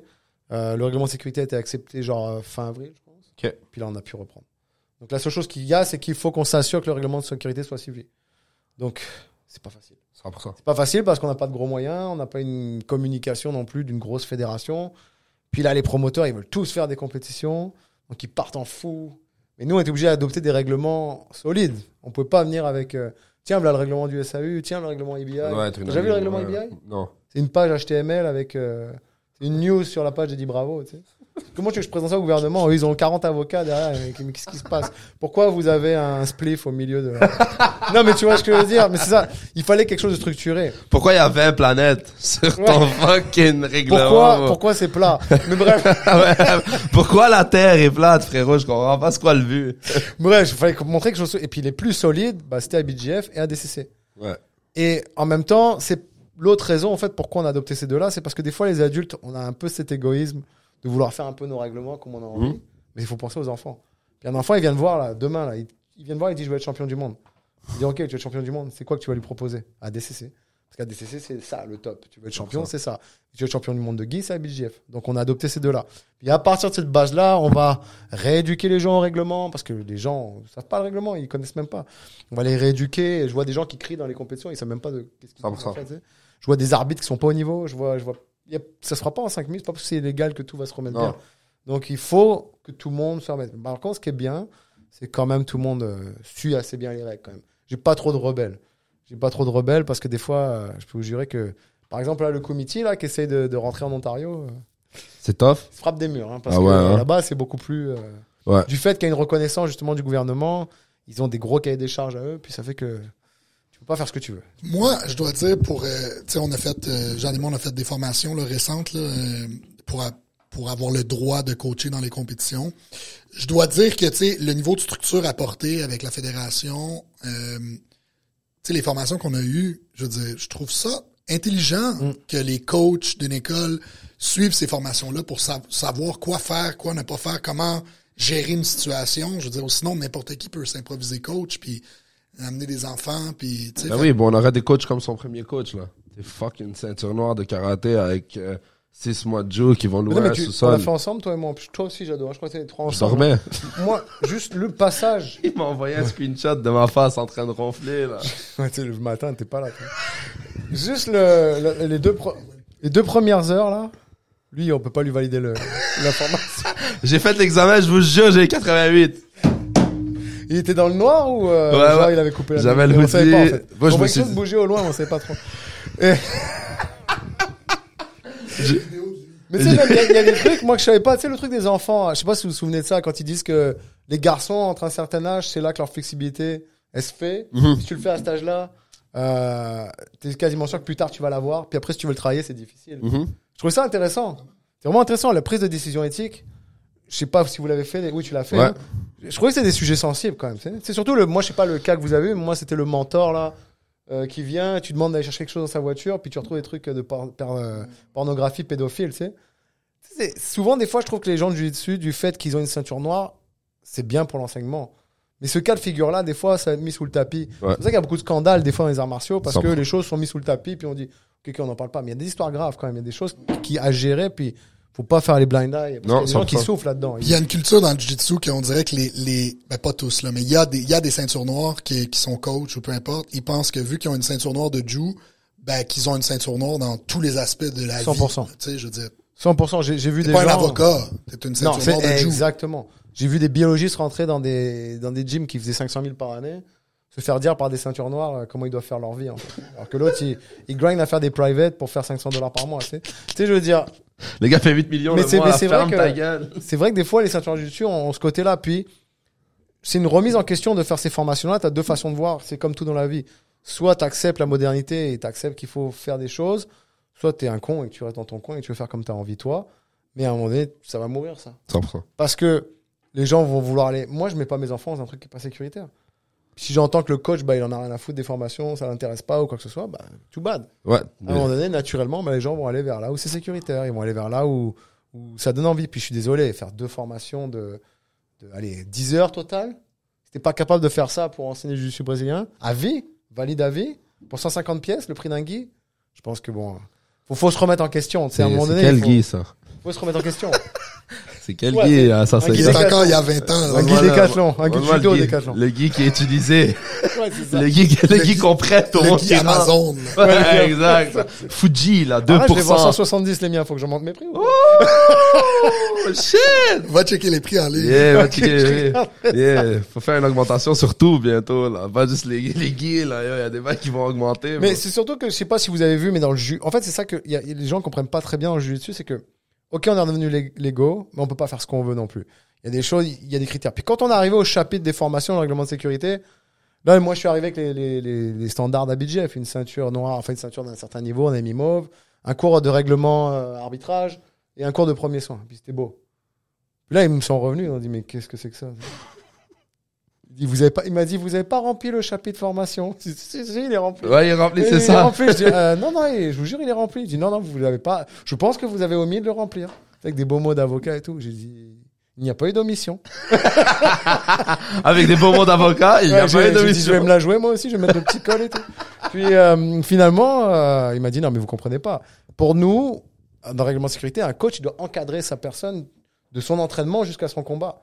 En fait, puis eux, ils comprennent pas que nous, on est juste genre, ah, ok, vas-y, va en compétition, fais ce que tu veux. Tu sais. Mhm. Pour eux, c'est pas concevable, en fait. Tu vas au judo, tu vas au karaté, il y a un encadrement, il y a tout, tu sais, il y a du début à la fin, ils sont Ah oui. là, tu sais. Puis même, tu sais, en Ontario, par exemple, ils n'acceptent pas les coachs sur les chaises. Eux, ils sont pas cassés la tête, ils ont dit aucun coach sur les chaises. Mais nous, c'est ça qu'ils comprennent pas ici.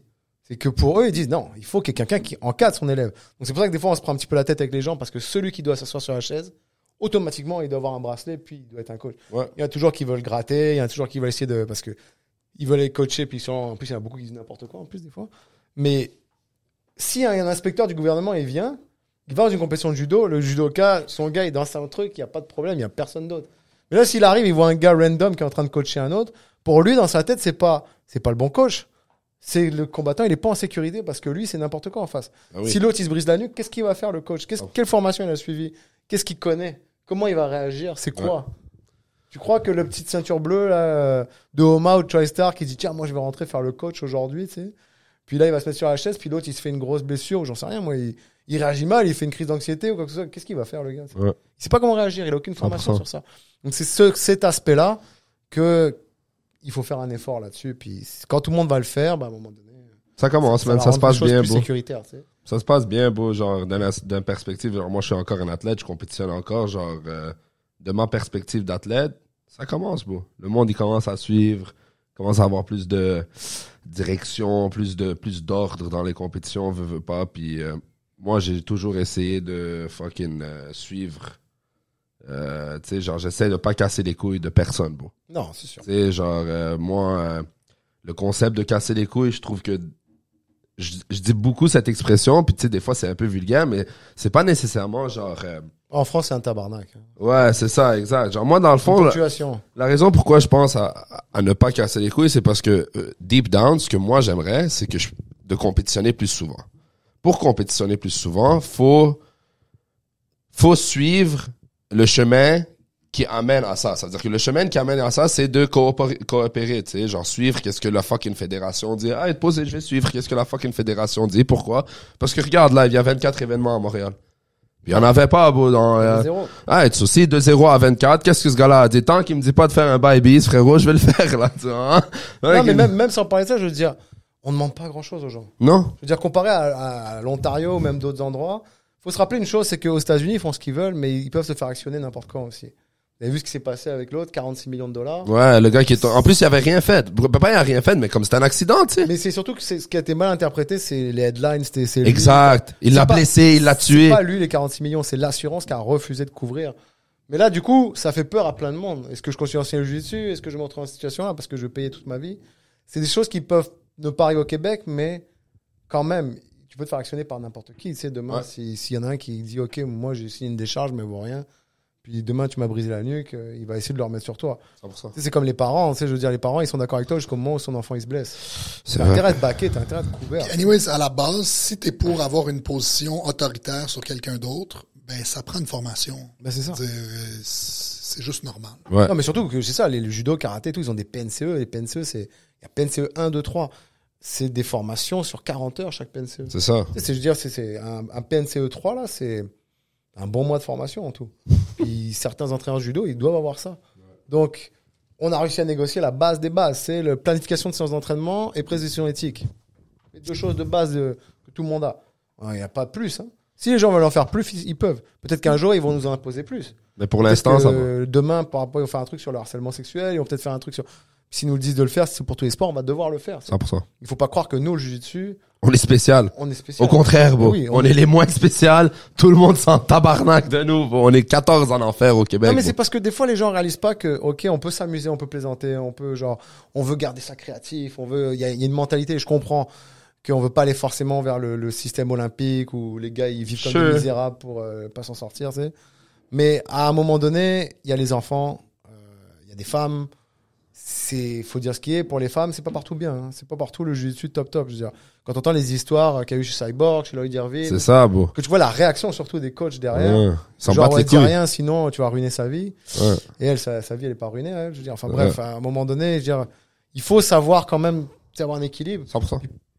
C'est comme tout dans la vie. Si t'es formé, que t'as de l'expérience, tu sauras mieux réagir que si t'es on the fly et que tu sais pas quoi faire. 100%. Parce que tu sais pas tout. C'est pas Mais parce que nous, tu sais bro- avoir de jiu-jitsu que... Nous, ici, quand on a ouvert le gym, bro, une des approches qu'on avait, c'était comme, comment je vais le dire d'une autre façon, c'est comme du jiu-jitsu, comme on va hard, moi je vais hard sa mère, j'essaie de me convaincre que je vais pas hard. Je me disais à tout le monde, non, ici, ça va. Après, je regarde l'été, puis je suis en train de fucking respirer comme si je fais une crise d'asthme, bro. Je vais hard, tout le monde va hard, mais on voulait build quelque chose de luxe. Ouais. Quelque chose propre, beau, esthétique, attirer la clientèle de femmes qui veulent s'entraîner, attirer l'avocat, le médecin, tu sais, genre, parce que le sport, il est grimy, tu sais, le sport de jiu, c'est comme, tu sais, comme tu dis, souvent c'est le stéréotype comme, ah, le gars, il dort dans son auto, il grind, il traîne 3 fois par jour, il est sale, il prend pas sa douche, bah, et tout, genre, comme, ah, il y a ça, on a du monde, et personne prend pas sa douche, mais on a du monde, genre, tu sais, qui traîne, comme ça, mais je voulais aussi attirer de la clientèle de comme haut de gamme, bro. Ouais. Je voulais attirer du monde comme sont bien placés dans la vie, bro, parce que c'est des connexions que j'aime faire, bro. Moi, j'aimerais ça que donner une ceinture à un médecin, bro. J'aimerais ça donner une ceinture à un fucking avocat, bro. J'aimerais ça donner une ceinture à un dentiste, bro. J'aimerais ça donner une ceinture à comme n'importe qui est dans une situation, genre, tu sais, qui est bonne. Puis pour ça, tu peux pas amener un gars qui, comme t'as dit, qui fait 500 000 l'année, un sport où s'il te demande une question un peu formelle, t'as pas de réponse à, genre, comme, s'il dit, yo, est-ce que tu sais comment réagir si je me blesse? Et là, toi, t'es comme, on va à la maison prendre des Advil. Comme, non, il doit avoir une certaine structure, tu sais, puis les parents aussi, comme quand ils amènent leur kid, bon, s'ils rentrent puis le gars, il a jamais rien fait, bon, il sait même pas qu'est-ce qu'il fait, genre, il s'est juste donné du judo. Comment ils vont se sentir en sécurité, mettre leur fils ou leur fille ici, puis se dire comme, tu sais quoi, bon, il va apprendre karaté sportif, bon, ils le savent. Genre, bon, tu signes 8 documents avant de mettre ton fils dedans, tu l'amènes à l'affaire de ceinture, les gars sont en soute, habillés, genre oui, tu signes un papier, il y a une fucking étampe de la fédération de karaté, écrit Québec, nanana, il reçoit un diplôme, ils sont comme, lui, il est cadré, bro. Même en France, on doit faire un certificat médical. En France, n'importe quel sport que tu fais, tu dois faire un certificat médical. Ben oui, bon, l'AIFA, tu connais l'AIFA? L'AIFUX, c'est comme c'est un Français, il vient du sud de la France, il vient d'Angrignon. D'accord. Et lui, il était venu, c'est un coach, il a sa petite salle là-bas et tout, puis il fait très bien et tout. Et lui, c'est un infirmier. Ok. Et il avait dit que, vu qu'il était infirmier, ça l'a beaucoup aidé à devenir, à cause de l'affaire médicale. Genre, lui, il l'a déjà, son affaire, il a rien besoin de faire, puis il est dans une situation, il est déjà placé pour, si quoi que ce soit arrive, il peut coacher, il peut faire ici, t'as rien besoin, bro. Non, ici, j'ai vu du monde. C'est que, y a pas de structure, y a pas de, et le problème, c'est toujours la même chose, et c'est souvent ça le problème au Québec, c'est que le jour où il va se passer quelque chose de grave, s'il n'y a pas un minimum de structure, ça va frapper fort derrière. Ouais. Quand ça va arriver dans les journaux ou quoi que ce soit, ça va sortir mal en plus. Ça va pas sortir avec les bons mots par des gens qui connaissent pas le jiu-jitsu, qui vont mettre un headline du genre, un truc qui est genre comme ça, il va en faire une histoire comme ça avec un angle de vision qui avait rien à voir en fait. Ouais. Mais sauf que toi, tu le sais, moi je le sais. Mais la personne du Journal de Montréal qui habite à Sainte-Thérèse, qui connaît pas dessus, va dire encore des gars du crime organisé là qui font. Ouais, exact. C'est pour ça qu'il faut qu'on soit structuré derrière. Ouais. Et du coup, tu vois, par exemple, quand le karaté est devenu illégal, ça a poussé aussi pas mal sur la légalité. Mm-hmm. Là, ça crée un tollé. Là. Parce que là, en fait, nous, on le savait que c'était illégaux depuis un bout de temps parce que la loi disait, si vous n'êtes pas olympique, en gros, c'est les provinces qui doivent le gérer. Donc, techniquement, il n'y avait rien. C'était comme nous à ce moment-là. Donc, du coup, le karaté, il ne pouvait plus faire de compétition. Et moi, j'ai assisté à la réunion de crise. Parce que j'ai une section karaté à mon club, mais ils ne savaient pas que c'était moi. Puis j'ai posé la question à la fin. J'ai dit, pensez pas que c'est le moment de se mettre avec le jiu-jitsu puis de régler le problème une bonne fois pour toutes. Il a dit non. Eux, ils règlent leurs problèmes de leur côté. Et vous réglez. Nous, on doit régler parce que nous, on est fédérés. Eux, ils ont pas voulu se structurer. On ne gère rien avec les gens non structurés. Il a dit comme ça live. Mais moi, il savait pas que j'étais le gars du jiu-jitsu, en fait. Parce qu'il pensait que j'étais la partie. Ouais, il s'en va. T'as pas calculé, là. Au début, je lui en voulais. Je dis quand même, ce serait le moment de le régler. Parce qu'en fait, le gouvernement est venu les voir, leur a dit, on a une solution globale pour tout le monde. Puis là, lui, il a répondu, il a dit non. On veut pas de votre solution globale, on veut nous d'abord. Parce que nous, on est structurés, on est fédérés. Puis tous ceux qui sont non fédérés, c'est leur problème. Puis, du coup, quand j'ai entendu ça, j'étais genre, c'est de la rage. Je me dis, ok, c'est le moment, là, faut y aller. Tu sais. Puis finalement, je les ai compris en même temps. Parce que je dis, pourquoi ils iraient prendre le risque d'aller au combat avec des gens qui n'ont aucune structure 100%. Eux, ils ont déjà travaillé fort pour build leur affaire. Et là, ils vont aller... Le bateau est déjà rempli, il reste à peine de place, ils vont te mettre à toi dessus, ils se disent vas-y fais ton chemin. Bon, nous on a travaillé fort pour arriver ici. On va pas surfer la vague non plus. Tu sais. 100%. Et du coup, bon là on a monté un bon petit CA, parité homme-femme. C'est tombé comme ça, 3 hommes, 3 femmes. Moi j'ai laissé mon poste de président de la fédération. Le président c'est quand même plus honorifique qu'autre chose. Moi je suis vraiment plus dans la logistique. J'ai vraiment beaucoup de travail à faire. Genre, c'est moi en fait le point central des organisateurs, des compétiteurs, d'enregistrer tout le monde. Enfin. Les formations, tous les courriels vont recevoir, c'est moi là, le soir là. Des fois vous les recevez des fois à 23h30 parce que je suis derrière mon ordi, je suis en train de faire ça. Quand les enfants dorment, c'est là qu'ils envoient les emails casser les couilles. Ou je suis sur mon lit avec mon téléphone. Ma fille elle écoute des trucs de Mickey puis moi j'envoie des trucs de. Et ils ont quel âge tes enfants en passant 18 mois et 5 ans. Félicitations. Fille. Merci. J'ai une petite de 6 mois à la maison. Tu dors pas? Toi aussi? Non, tu dors pas. Ah, c'est une affaire de français, on dirait. Parce que les nouveaux-nés libanais, ils dorment comme le tabarnak. Non, C'est pas eux qui dorment, c'est toi qui dors, qui te réveilles pas. Ouais, exact. Les nouveau-nés, on dirait qu'ils dorment, les Libanais. Moi, je sais pas c'est quoi qu'ils mettent dans le lait, là. Mais Moi, ma femme, c'est une Italienne. Premier petit cri, c'est culpabilité tout de suite. Ah ouais, hein? Tu veux laisser ta fille pleurer? Ah, culpabilité sur toi? Ben, bien ok, sûr. je croyais, elle se sentait coupable. Elle s'en bat les couilles. Elle Elle se dit... coupe pas, mais Ouais. elle est tout le temps fatiguée Ouais, quand non, elle sans dort. Elle doute a du pas, mal à se c'est réveiller. tough. Alors, bon, Ben moi, oui. je me réveille vite, alors j'y vais. Yeah. Donc c'est ça, donc une belle équipe administrative, et du coup il nous fallait une belle image en tant que président, quelqu'un qui représente bien, et puis Parle-nous en un peu discutant. du président ou de la ouais, présidente. donc c'est Brianna Sainte-Marie, donc pour moi c'était la personne idéale. C'est sûr que l'avantage qu'il y a dans une petite fédération comme la nôtre d'avoir un directeur général, c'est-à-dire que moi je fais vraiment tout ce qui est logistique, elle ça a pu être la façade en fait. Mais quelle meilleure façade? Je veux dire, c'est la plus grande compétitrice de tous les temps au Québec. Qui c'est qui a fait numéro 2 à DCC? Personne. Ouais, exact. Elle est présente, elle est actuelle, puis elle est le futur aussi. Elle est même pas en fin de carrière, elle Non, est non, en non. milieu de carrière. Ouais. Puis il y a deux choses en fait que j'ai beaucoup aimé chez Brianna. Le premier, c'est que c'est une des rares sommités du jiu-jitsu qui a parlé avec à des trucs comme Who's Number One, des choses comme ça, de l'illégalité, Ouais. qui a vraiment pris la chose à cœur. Alors qu'il y a des gens comme moi, parce que moi je dis des noms, je m'en fiche, c'est pas grave, hein, mais tu sais, on a souvent reproché à des gens comme Georges Saint-Pierre, Patrick Côté, des gens comme ça, de pas en parler plus, en fait, de pas prendre une plateforme publique puis d'en parler, puis 100%. c'était un peu passé, c'est comme encore une fois, c'est mis sous le C'est chill, ça va sous le passer. tapis. Ouais. C'est pas grave, ça va, à un moment donné, ça va bien, il fallait Pour pas des gens. froisser personne. Exactement. Puis du coup, ça fait que elle a parlé. Puis la deuxième chose que j'ai beaucoup aimé chez Brianna, c'est qu'un jour, elle m'a dit, tu sais, moi, j'ai un visa pour vivre aux États-Unis, puis What? je reste ici parce que je veux développer le jiu-jitsu ici. Tu sais. Parce qu'elle sait qu'il y a du potentiel. Je le sais qu'il y a du potentiel. On le sait qu'il y a des choses à faire. On le sait qu'à un moment donné, on aimerait aller vers des compétitions qui fait une Team Québec, qui envoie des gens dans les grosses compétitions, qui sont subventionnés, qui sont tout ça et tout. Mais ça passe par des commandites, ça passe par des petits commandites. Je dis, tous les commandites sont bons, mais il va falloir des grosses choses 100%, ouais. pour que les gens, encore une fois, se soient organisés et qu'eux, ils aient qu'à s'entraîner à combattre et donner leur meilleur. Ben oui.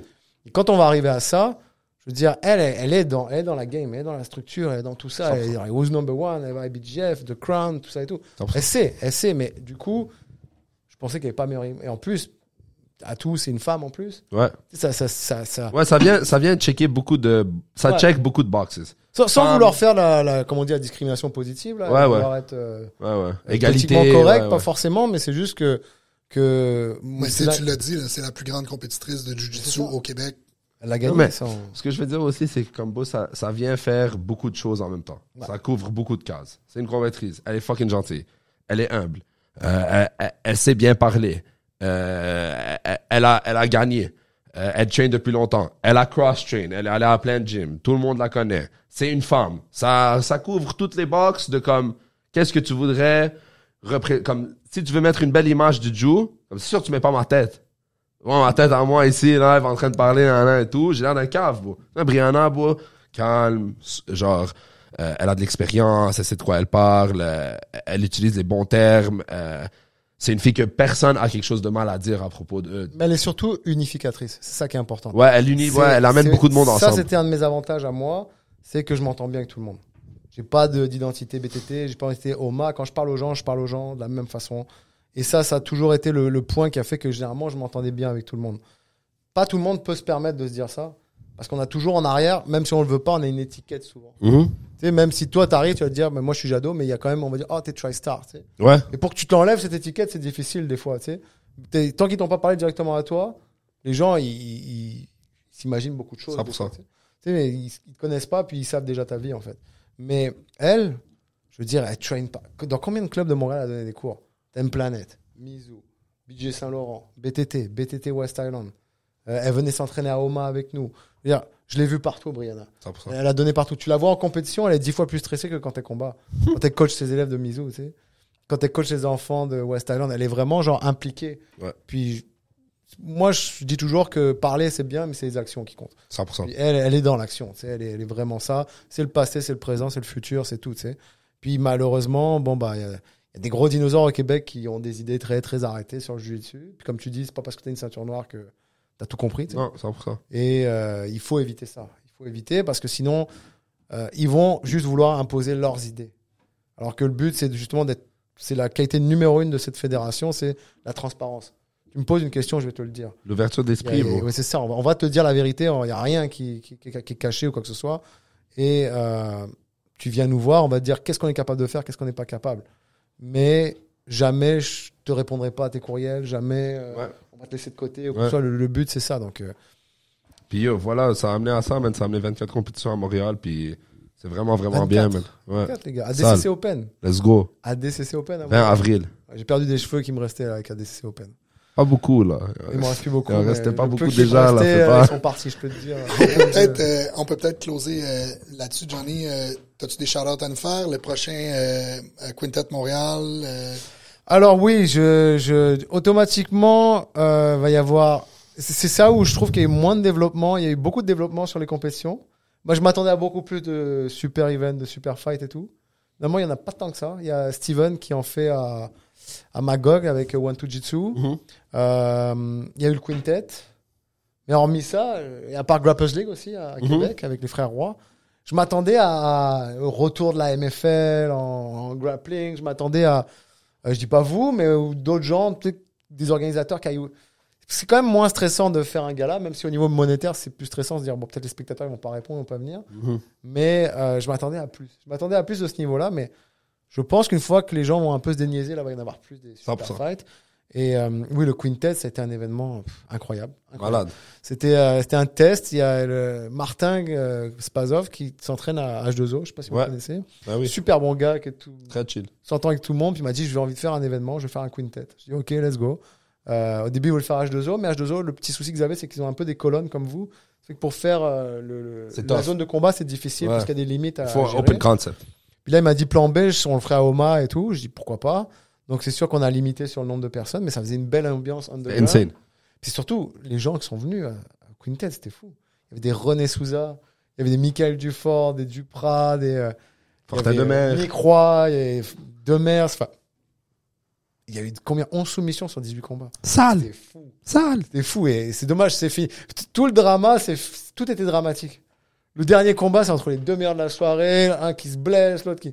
C'est dommage d'ailleurs, j'aurais vraiment aimé les voir. Ça fait tellement longtemps que j'ai envie de les voir les deux ensemble. Là. Pour moi, c'est ce qu'il y a de meilleur au Québec. Je suis deux, d'accord. là, vraiment.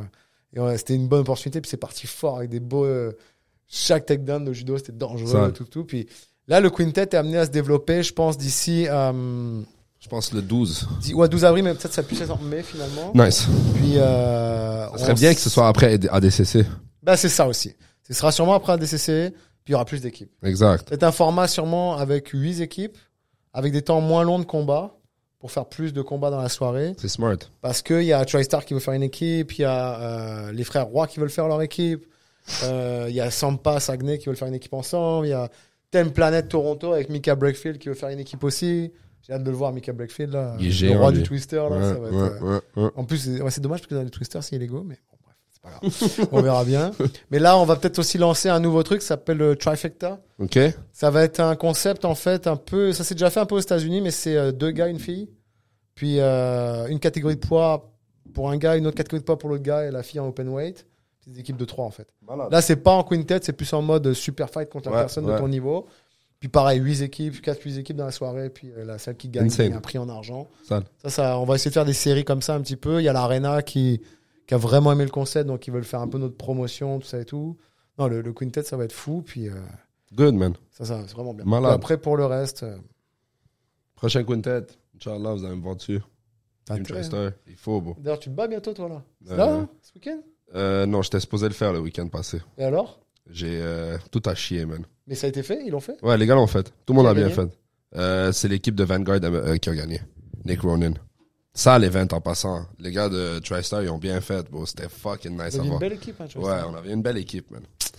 C'est dommage, il y a eu beaucoup de choses qui sont passées en même temps qui ont fait que je pouvais pas y aller, puis j'étais quand même triste. Mais c'est des choses qui arrivent, bro. Ça fait 2 T'as été compétitions de suite. malade, t'as eu un staff, c'était pas... Ça fait 2 compétitions de suite. Les trials, j'ai eu la salmonelle. Là, Ah, c'est vrai, je t'ai croisé là-bas. ouais, j'ai eu la salmonelle à Jersey. Ça a fucking poulet cru de mes fesses. Maintenant, j'ai eu plein de, j'ai eu le rhume, j'ai eu une infection à l'estomac, j'ai eu un staph dans le genou qui devait se faire drainer, genre tout dans un espace de 3 jours. Puis ça a tout barré en couille en même temps. Mais j'ai hâte de compétitionner. Prochaine compétition, ADCC Open Toronto.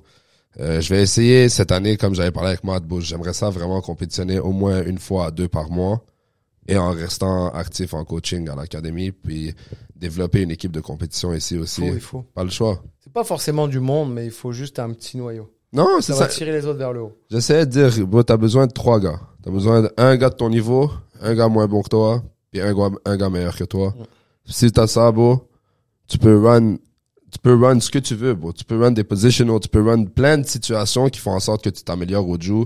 Puis surtout pour affiner ta game. Dans le sens que faut aller vers ce que tu sais et où tu vas être à l'aise. Ouais. Moi, je prends toujours l'exemple je vais prendre 2 minutes là, mais Leonardo Sagiro, Cascao, pour ceux qui l'ont connu. Sale. C'était avoir un Sidney Crosby à Montréal en Guy. Ouais. C'était fou d'avoir ce gars-là. Puis je leur disais aux gens, profitez-en quand il est là, parce que ce gars-là, il s'est battu contre les Mendes, il s'est battu contre les Miao, il s'est battu. Perdu à peine, hein? Ouais, il a fait 2 finales des World à BGF en Guy. Pourtant, il vivait à Montréal. Puis il s'entraînait. Deep half. Puis tout ce qu'il faisait, c'était de la deep half. C'était, il allait passer ses passages de garde, l'appel entre les jambes. Il faisait pas des trucs extraordinaires, mais c'est la même chose tout le temps. Il faisait bien. Et il avait personne pour vraiment le pousser au Québec, mais il avait son mindset. Et comme tu dis, il tournait avec des gens. Puis de temps en temps, il se poussait un petit peu. Il allait aux États-Unis pour se pousser un peu. Puis tout ce qui a tiré les Brianna vers le haut et tout, c'est des gars comme lui. Hein. Mm-hmm. Puis quand il s'est fait inviter à DCC, là, on avait fait un entraînement Nogi. On s'est dit, on va voir qu'est-ce que ça va donner quand les gens vont lui faire des clés de jambes ou quoi. Impossible de lui atteindre les jambes. Le gars, il met tellement de pression. Sale. Incroyable. Il peut pas refuser non plus à DCC. Bref, c'est pour ça qu'il faut trouver sa game puis il faut l'imposer. Puis... Ouais. Yo, dans le fond, juste pour dire merci beaucoup, bro, merci d'être venu. Ça fait plaisir. On apprécie énormément. Cette conversation était fucking nice, bro. Ouais. On va la refaire. Une fois de temps en temps, quand t'es là, tu t'amèneras des gars au Mans. Je peux faire une tradition annuelle, hein, si vous voulez. Un petit heads-up de tout ce qui se passe au Québec. En début d'année, annoncer les calendriers de compétition. Insane. Vous pouvez le voir. De toute façon, il est sur le site de la fête. Enfin, sur le site, sur la page Facebook. Vous avez vu, on a fait un beau calendrier. Là. Ouais. 24 compétitions, il n'y a pas d'excuses. Hein, ça work. On va se voir. Ouais. Merci beaucoup. Bon, merci Johnny. Merci pour tout. C'est vraiment le fun. On fait ça. Shout out 450 Jiu-Jitsu. Si vous êtes à Laval, Rive-Nord, vous voulez train, venez ici. On va train hard, on train smart. Merci Johnny. Puis 450 podcast, on se check tout le monde. Peace. Open mat les dimanches à Oma à 10h. Venez si vous voulez faire la guerre. Je suis même pas moi, c'est trop dangereux. Open mat dimanche 10h. Allez faire la guerre. Vous connaissez les bails. Checkez.